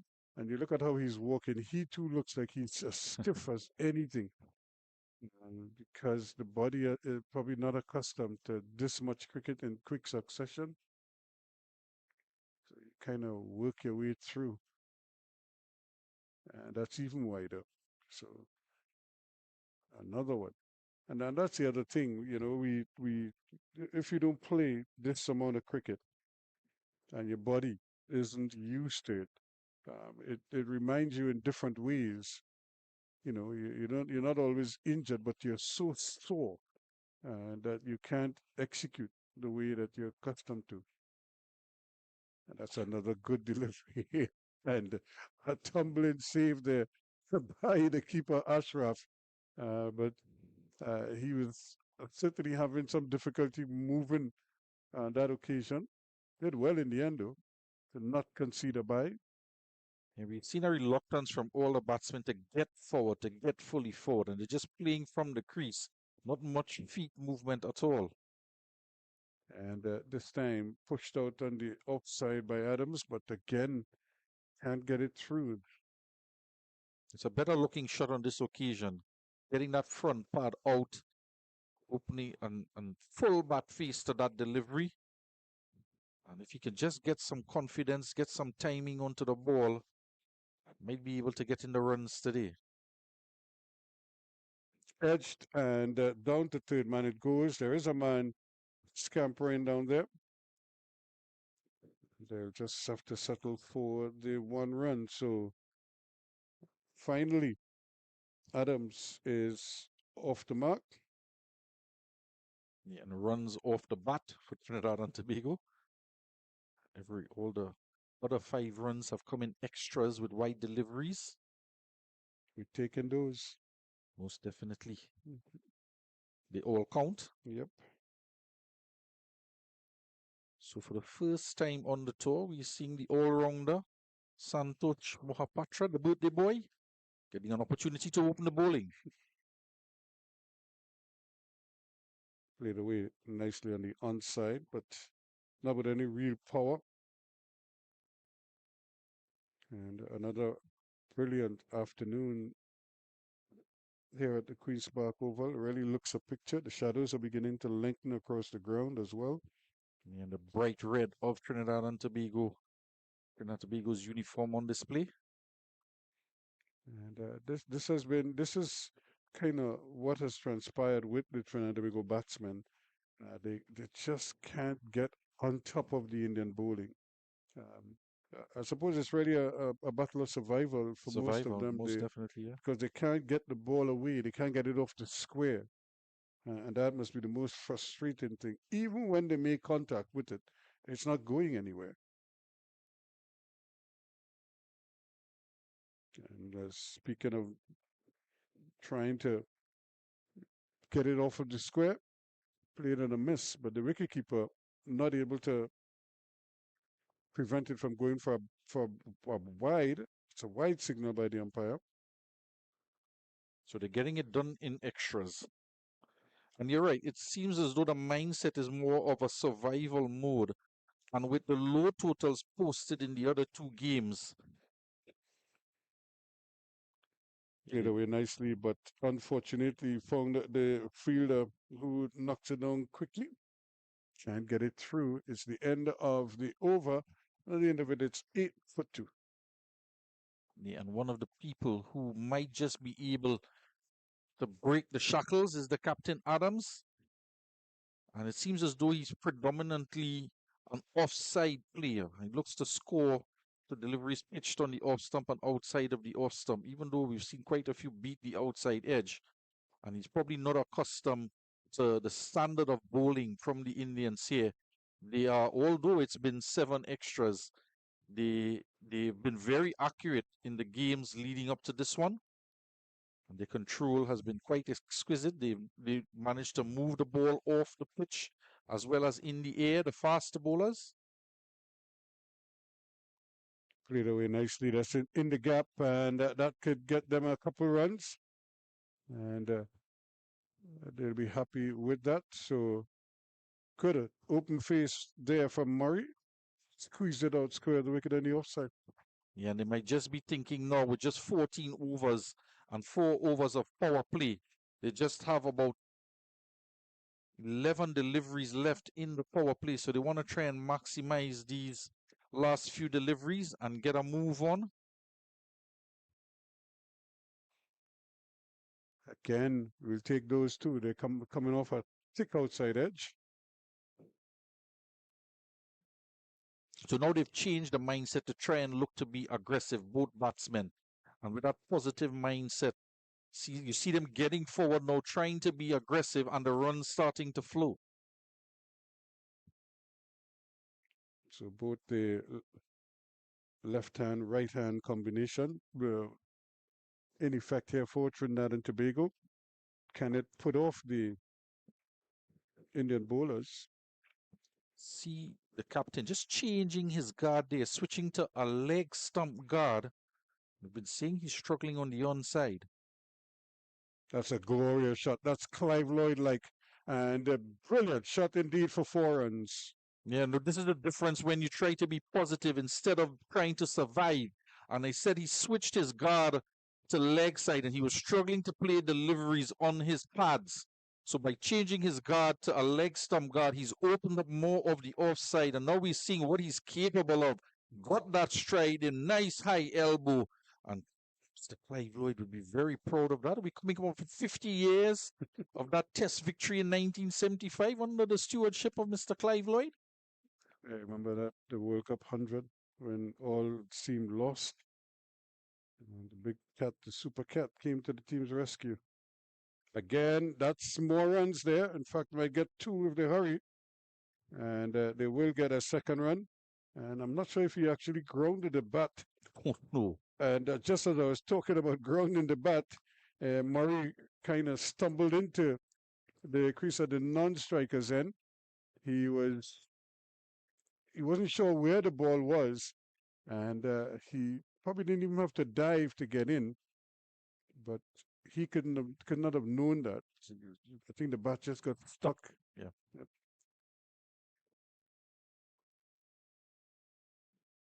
Yeah, he was running, just angling outside of the pitch and probably got caught in that rough area on the square. Short ball, and that too is played nicely. This is excellent batting here from Adams, the captain, taking the mantle of responsibility at the top of the order. And he's motoring on quite nicely now. He's on to 9, is it? He's certainly on to 8. He's on to 8 now, so he's certainly sort of giving the bowlers something to think about here. Yeah, and in stark contrast, Murray has an off-stump guard. So he's anticipating the ball swinging away from him. Hence, he got a couple outside edges. And he's in attacking mode. And this one goes right through the wicketkeeper. And more for the fans to cheer about, as the Trinidad and Tobago scoreboard is ticking over quite nicely here. Yeah, and Murray just off an inside edge down to the boundary for 4. And his promotion so far, it's serving to be a positive note for the Trinidad and Tobago team. Yeah, this is what they need. They need something to lift them, to give them a little bit of a boost. 22 for 2 after 3. So a partnership being built here. Now we get the opportunity to see the Indian bowlers under some pressure now from some positive batting from the Trinidad and Tobago team. And if they can manage to get a few more runs and a couple more boundaries, then it would mean that the Indian team would have to conjure up a way to stem the flow of runs. And we see some communication as well to the bowler from beyond the boundary. Yeah, because I suppose as in most teams, as you see the opponents shaping or doing something a little bit differently to what was happening before, the one thing the Indians don't want is to panic, and then everybody starts trying to do it alone or trying to make decisions for everybody else. Just stay with what has worked for them so far, and I'm sure they're going to be okay. Even though Adams is threatening to play a big one here for Trinidad and Tobago.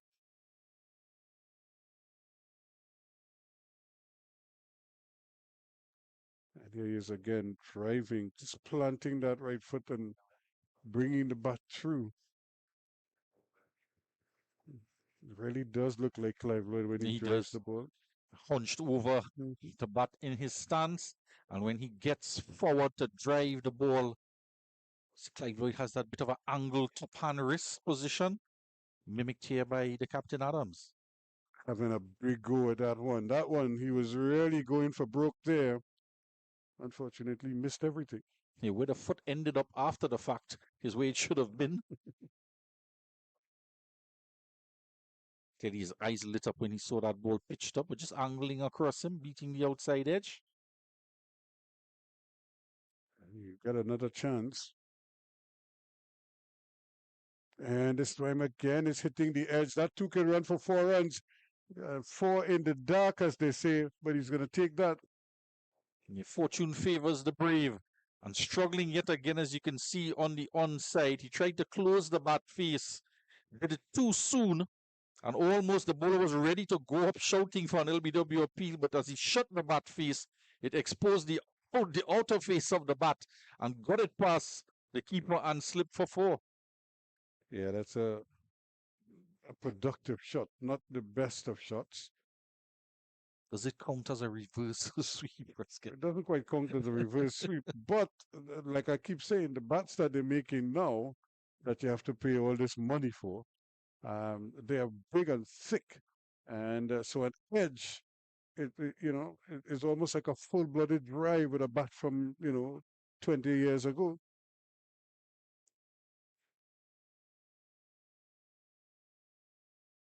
That's another good shot. Wouldn't get a run this time, but you could see him really leaning into the shot, trying to open the face, get it down behind point. And it has to be said, the batsman in the back of the mind, knowing that it's just 14 overs, Ruskin, even lower amount of overs that they would have to survive for in inverted commas, and they actually go in the opposite direction. Fool everybody. Now, that is a delivery down the leg side. And a batsman who's stronger on his pads might have been looking to capitalize on that type of a delivery with just 3 fielders on the onside, and had he gone after it, could have gotten a boundary as well. He's not confident with playing shots on his pads. It's surprising. Most left-handers love it there. That's where he's most comfortable, though, when he could just drive and hit it through the covers. He's going to get 2. They might think of a third, and the ball is flicked back. However, it's tidied up quite nicely in the end. So 2 more to end the over. Adams goes to 14. Murray is 7. It's 29 for 2 now after 4. So that's the end of the power play. And a good power play, has to be said, for the Trinidad and Tobago team. Just over 7 runs and over, and they'd be quite happy with that. And quite frankly, the captain, Devon Adams, on 14, his strike rate is now over 100, as well as that of Orion Murray on 7. So they're motoring on quite nicely with a bit of fortune. But as we said, fortune favors the brave. And the Indians are now, I think, they're a little bit on the back foot, because they would not like to be challenged in terms of their bowling. Their bowlers were so confident over the last few days to come now and face a counter punch from the Trinidad and Tobago batsmen. Yeah, they have to really do something here to create an impression, give the fans something to cheer about. And so far, so good. Drive in again, but not really able to hit it off the middle of the bat. seemed to hit the bat at a bad angle. It just went down as opposed to going where he intended it to go with power. He needs a bigger bat.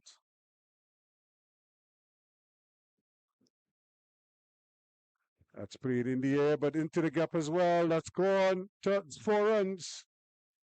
But this time making much better contact, just opening the face slightly. He was in the air, but quite low to the ground and away from the fielder and getting it to the boundary. And Trinidad and Tobago motoring on. It's a 30-run partnership off of 21 deliveries from the pair. An excellent going from these batsmen. Actually, I thought it went up, but he hit it hard into the ground and it spooned up after hitting the ground hard. So it was a good shot all around. Yep. He hit it hard into the ground. And there was one that might have just tickled the clothing there. That's hence the reason why it wasn't called a wide. But he also failed to make the kind of contact because that was a gift given the open spaces behind the batsman there. Yeah, and Adams is walking down to him. You think he's giving him advice how to play on the leg side? Well, all he has to do is make contact, any kind of contact, decent contact. No, don't edge down to fine leg.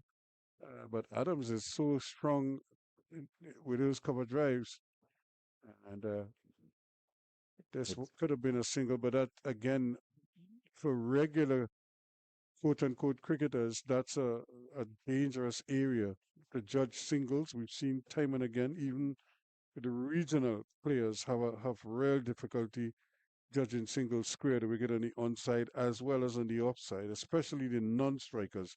They seem very, very incapable of judging a proper single when the ball is going square the wicket. This one is hit in the air. That's safe. And this is going to be a chase here. Running back and able to haul it in. And they're going to be happy with just the 2 runs. Abhishek Singh, the man giving chase. 2 more to the total. Adams already involved in a few runouts in this series so far, turning down that single and just as well because Murray seems to be going guns in this over. Through the offside for 4 and now over the top of mid-on. And it's a slow delivery, but boy, he was really committed to that drive. And the change of pace is what kind of robbed him of the momentum because he was probably going to unleash another big one there. However, the over comes a good delivery by Nanda, 2 for 23 from his 3 overs. Murray is 13, Adams is 14, it's 35 for 2. And a good partnership building here, just 32 runs thus far off of 23 deliveries or so. And Trinidad and Tobago, they'll be quite happy. The support staff with this partnership here. And it's the best one that we've seen so far for the series.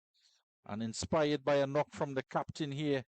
He's on 14, but he's looked very much more and more growing in confidence as his innings progress. And he's adjusting his guard as well. Seems to be retaking on this end a leg stump guard as well. He made the adjustment from the southern end, changing his guard to leg stump and remarking his guard here now. Looks like Mohapatra to continue.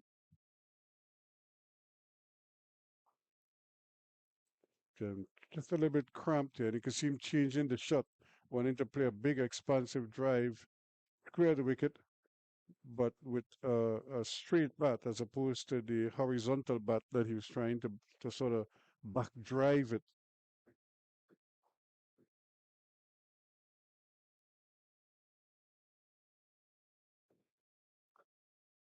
Here he goes again. That's a good shot, but for no run.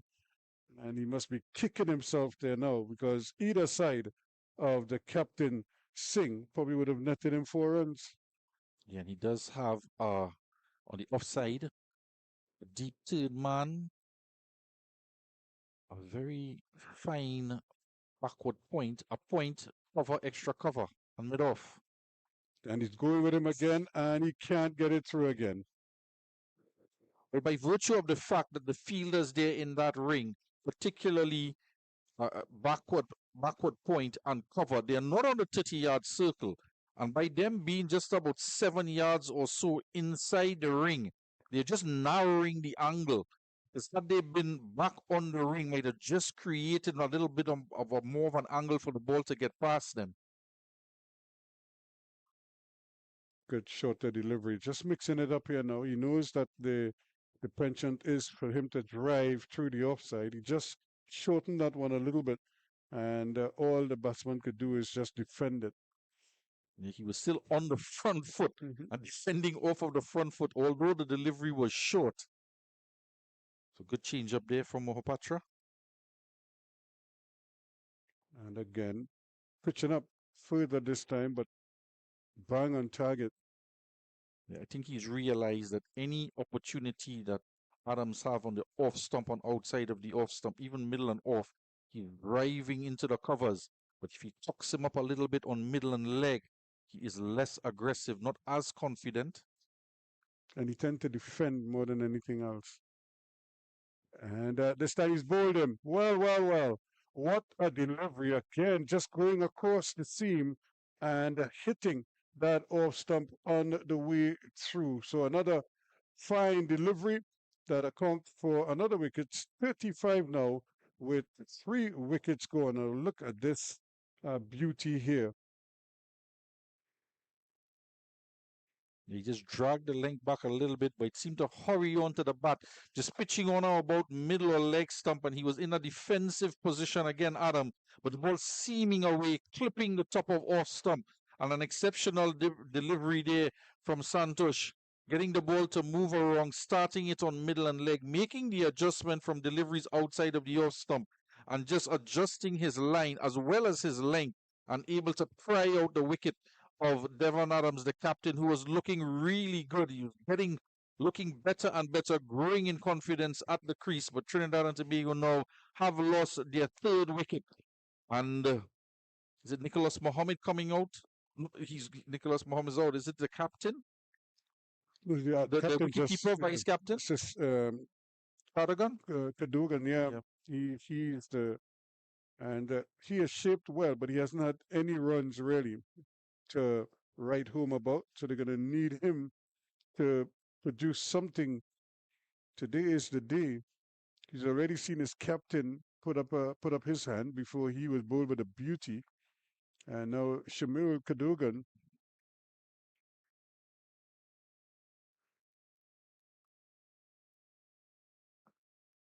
So we truncated affair, just 14 overs. So the drinks break is being taken at the end of that 6th over. The total on 35 for 3. A truncated drinks break as well. Yeah, because everything is being speeding up here now, because we did have that those 2 rain interruptions, and we've had a reduction in overs. So I think it's only fair that they try to speed up proceedings. And here's the man, Akash. Sai Akash. So we've not seen him bowl in the series thus far. So with Sharma being left out, as well as Vivek Kumar, the 2 opening bowlers for the Indian team, we have a little bit of a change up in the bowling order, as well as personnel now, with Akash coming into the attack. Yeah, he obviously is probably going to relish this opportunity, open the batting rather, and now he gets a chance to round his arm, as we say. But no Jamel Bonyu, who came in at number 4 in the previous 2 games. Just wondering if he might be carrying a bit of stiffness or injury. Not the idea, not the perfect start.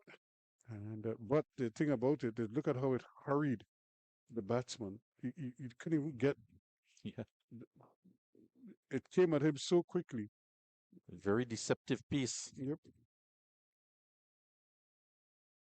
And there's another one going right through the bat. He's out, LBW.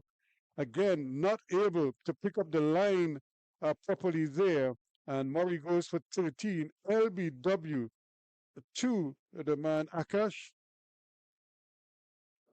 And the ball seems to be hurrying on. It's a very slow run up, just ambling up to the crease. And it's all in the shoulders from Sai Akash, just ambling up to the crease there. Not much of a run up at all. And then all in the shoulders in the final part of the delivery, striking him dead in front. Playing across the line there was Murray and hurrying on to him. And now 4 wickets down now, and Trinidad back into some difficulties now. Yeah, it is. Like I said, a big chunk of their hopes went with the wicket of Adams, who was bowled by a beauty from Mahapatra.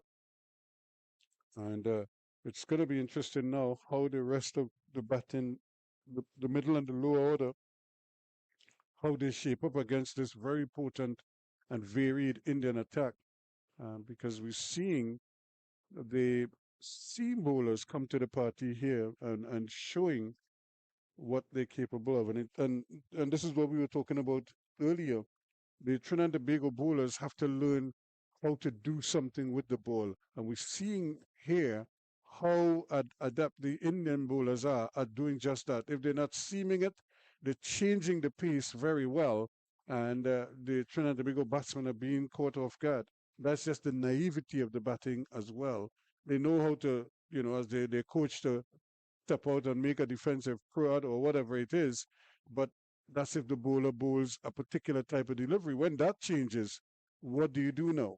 And they don't have that nuance just yet. And interesting as well, they're opting to use out their pace bowlers at the front of the innings because we are going to go to 6 o'clock, barring Trinidad and Tobago being bowled out. But it does mean that we're going to get darker as play goes on. So they're saving their spinners for that time. And that is going to run close to the boundary, if not into the boundary, and it goes for 4. Did he get a touch? He might have got a little nibble, or did it? No, the umpire says leg by, but it looked like it might have just hit the edge of the bat on the way through. But the umpire. Yeah, I'm in agreement with you there, Ruskin. I thought it came off the edge of the bat. And the manner in which it sped to the boundary as well might be an indication of that. Actually, no, it hit the pad. Base of the pad. Hit the pad. In fact, he got the leg in the way and then had to try to play around the pad with the bat. He kicked it for 4. Yep.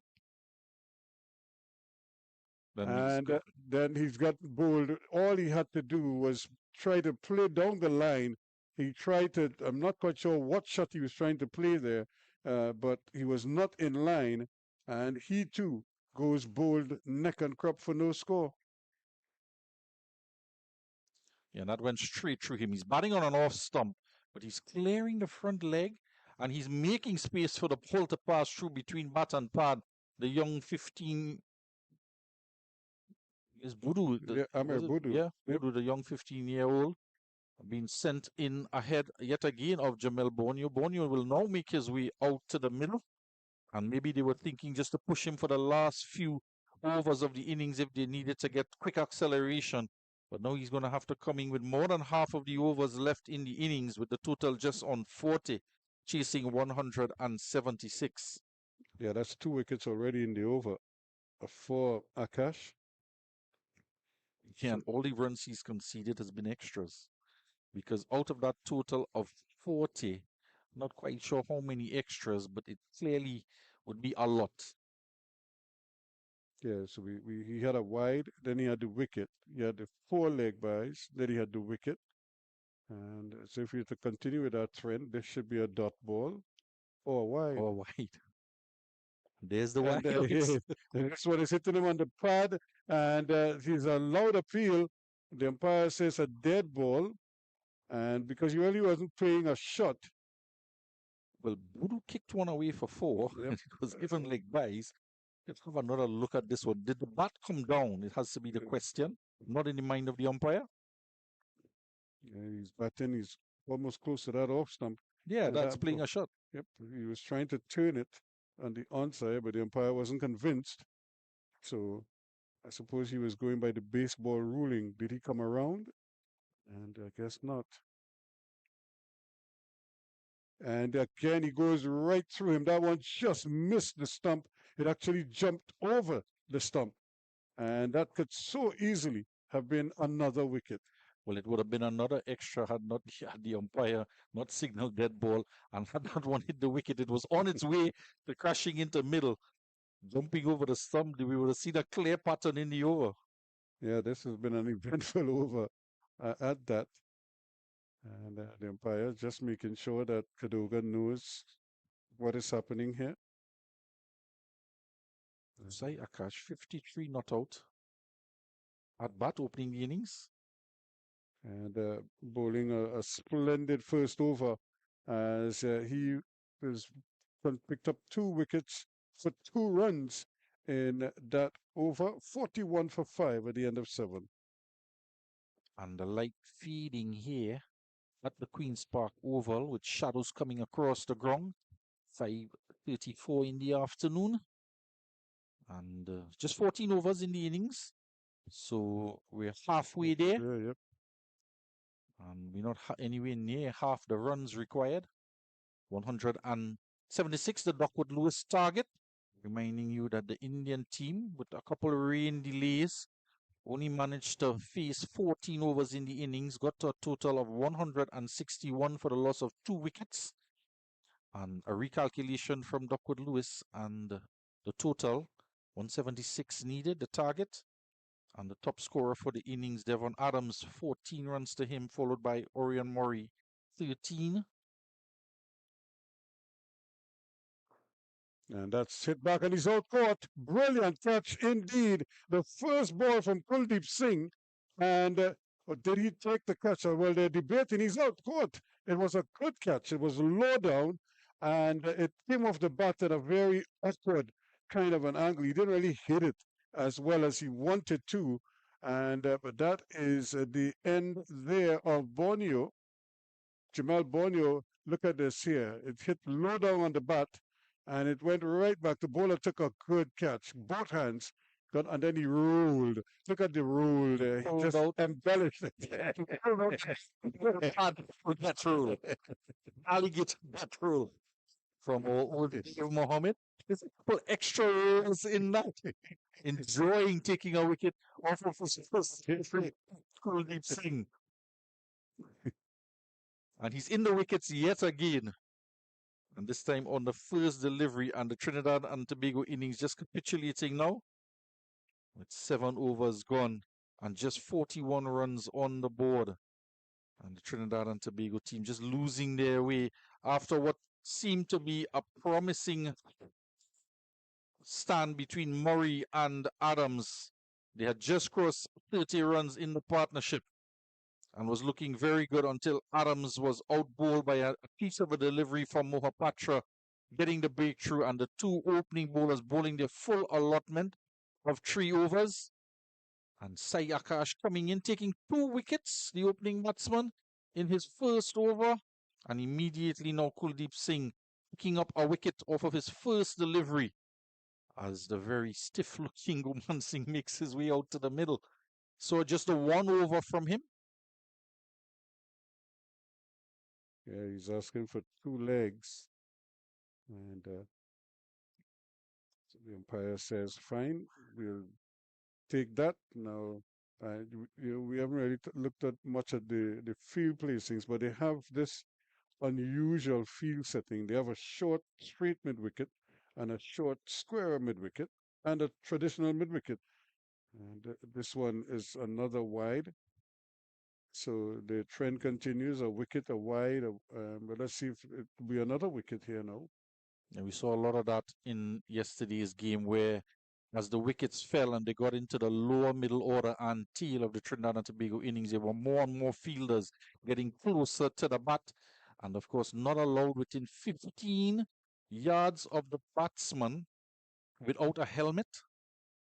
And I'm not quite sure in the youth cricket, you can't field closer than 15 yards. So perhaps the same rule applies here for the deaf cricket teams. But are they 15 yards? The 2 men closing on the onside. And he's the one trying to swing across the line there. Not out, says the umpire. Probably just struck slightly outside the off them. Well, the umpires tend to take the gauge about the middle of the pitch. So anything within that circumference, nothing closer.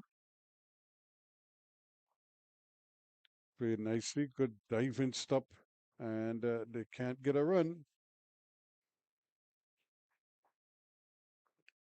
You can see all the shadows encroaching on the pitch as well. That looked very close, Ruskin. It was very close. Yep. And that's played away. That's a good shot. They're gone for one, and they might get a second. For whatever, Guman Singh is not interested in a second run, but two was certainly on the cards there. But this time he decided one is enough, and he will settle for that one run.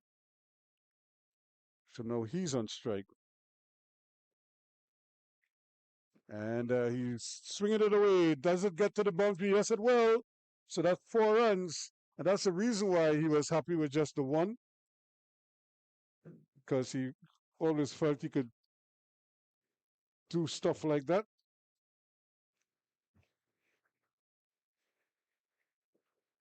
Well, he got right in the crease there. And he too is a prime candidate for an LBW because he's just swinging from in the crease. And he's bowled him. Well, if he doesn't get LBW, he's going to get bowled. And it was right on target. And he goes for 4. And the Trinidad and Tobago, it's really a procession now. So Singh picks up another one. And it's 48 for 7. Trinidad and Tobago in dire straits.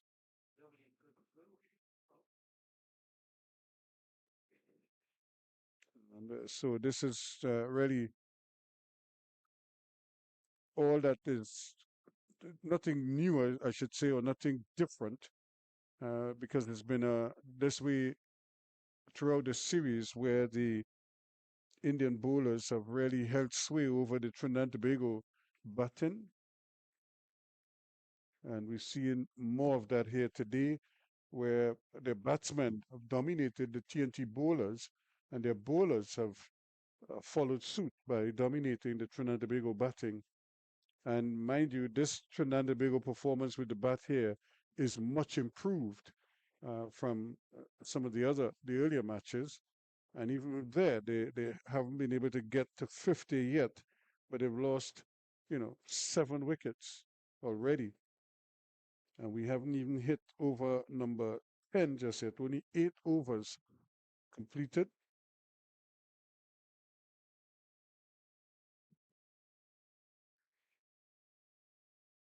And here's another appeal for an LBW. Not out, says the umpire. Oh, yes, he's given him out. Well, it's a little bit delayed, but he has given Cadogan out. And the umpire looked at it for a long while and then decided that it is hitting the wicket, or it was hitting him in front.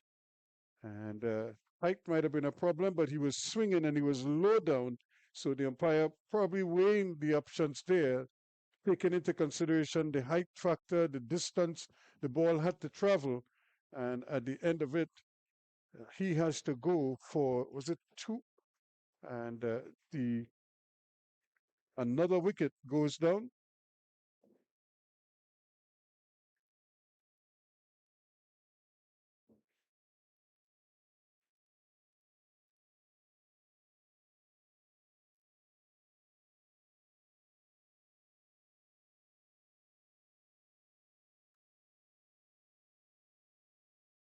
So it's 48 for 8 here now. Trinidad and Tobago really just sliding down here to a heavy defeat. And it's that man, Naira Noel, who didn't get to bowl.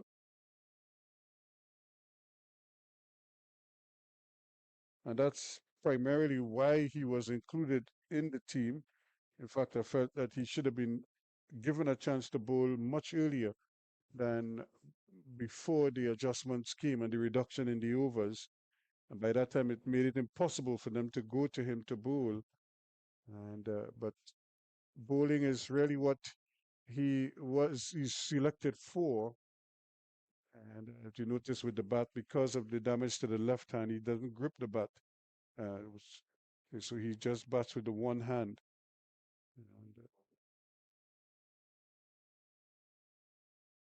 And, again, and now I've seen this before. I saw this with the youth cricket. I try to remember what is his name now, but this was Taylor, young Taylor, Jaswick Taylor's son, one of his sons. And this is a foregone conclusion. Right through the gate it goes, and he's bowled neck and crop.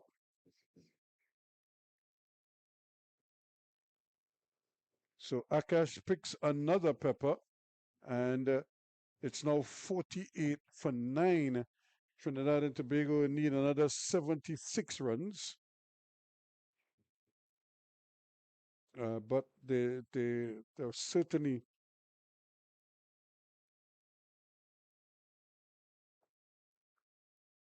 actually it's a lot more than the 76 runs that's required here at the moment, because the Duckworth Lewis score was 176, and they only reached 48. So the last man is making his way out to the middle.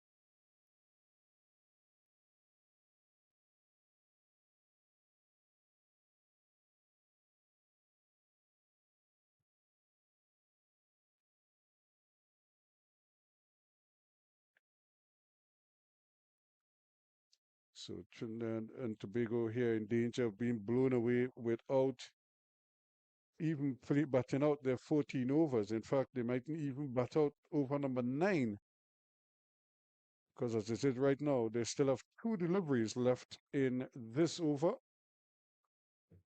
And it looks like this is going to be Alan Thomas.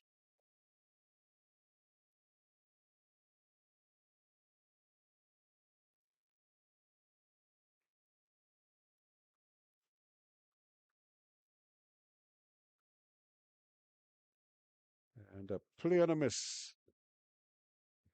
So, and you just look at how he shapes with the bat in hand. You don't want to believe that batting is a strength of his.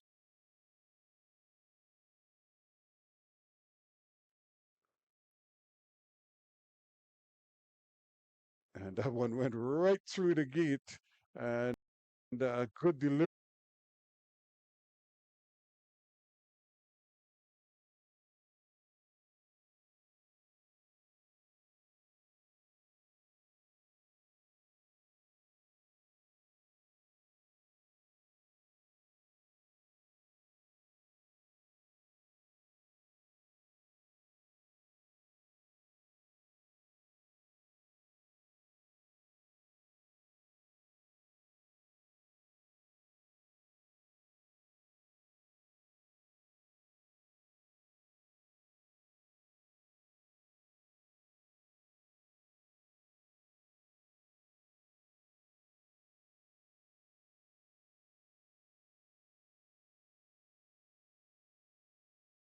With the bat in hand. You don't want to believe that batting is a strength of his.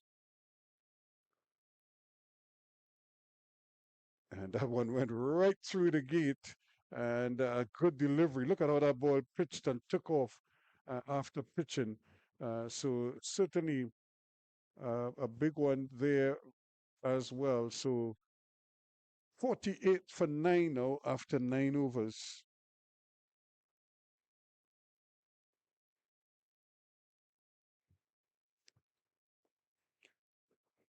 So this is not what the doctor ordered for Trinidad and Tobago. They still need another 128 runs or thereabouts. The stumps there, but maybe the turn is what saved them on that occasion. As you could see, Kuldeep Singh striving for another wicket here, and this one is slapped down to mid-off. They're going to get one. And something for the spectators to cheer about. Every run scored by Trinidad and Tobago is met with loud applause. So Lord picked up a single. Alan Thomas is on strike here. The Indians trying to see if they could get it. There's a little downpour. And he wants a single. It's not there. This could be dangerous. And had he hit the stumps, he might have been out. But with the rain beaten down here, the Indians are trying desperately to get this over with. And it won't happen there. It's a wide, and that's going to run. It's rolling, rolling, rolling, rolling, rolling into the boundary. So that brings up the Trinidad and Tobago 50. So that's 4 wides.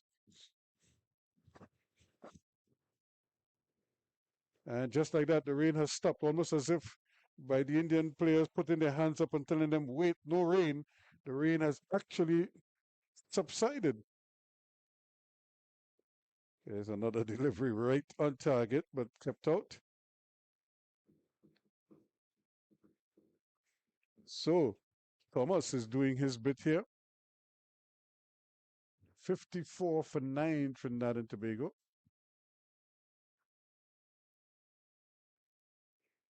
And it will remain 54 for 9 as the over number 10. 2 left in this over. Kuldeep Singh looking for another wicket. He won't get it there. In fact, he is not able to find the stumps. He's just a little bit too wide. So that is the end of the over. 54 for 9 after 10.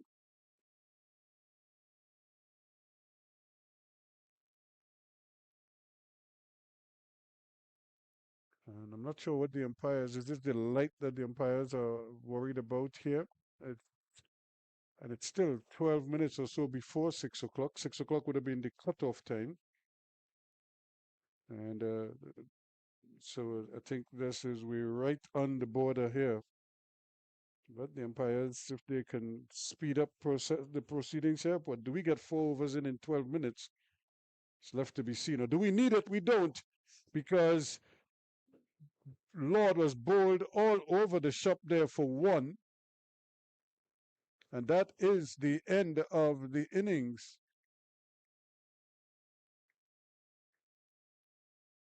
So coming in and bowling, Akash picks up another wicket.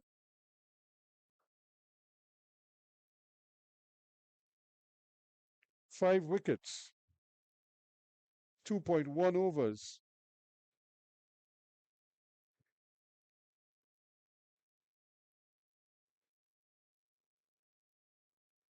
So what a spell of bowling there. 2 runs, 5 wickets.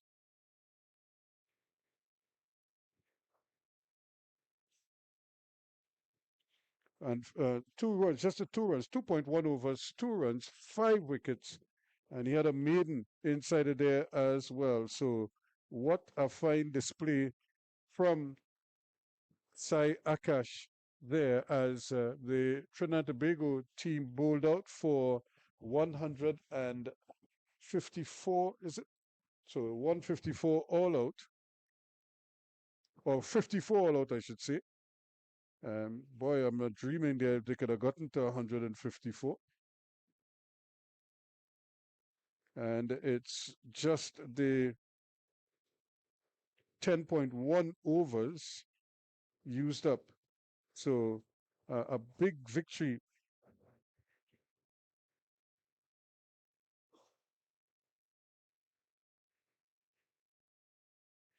by 122 runs under the Duckworth-Lewis system. And so that is the end of that. India taking the 3-match series. They won the lone one-day international. They won that handsomely. They won big yesterday, and here again today, they won by 122 runs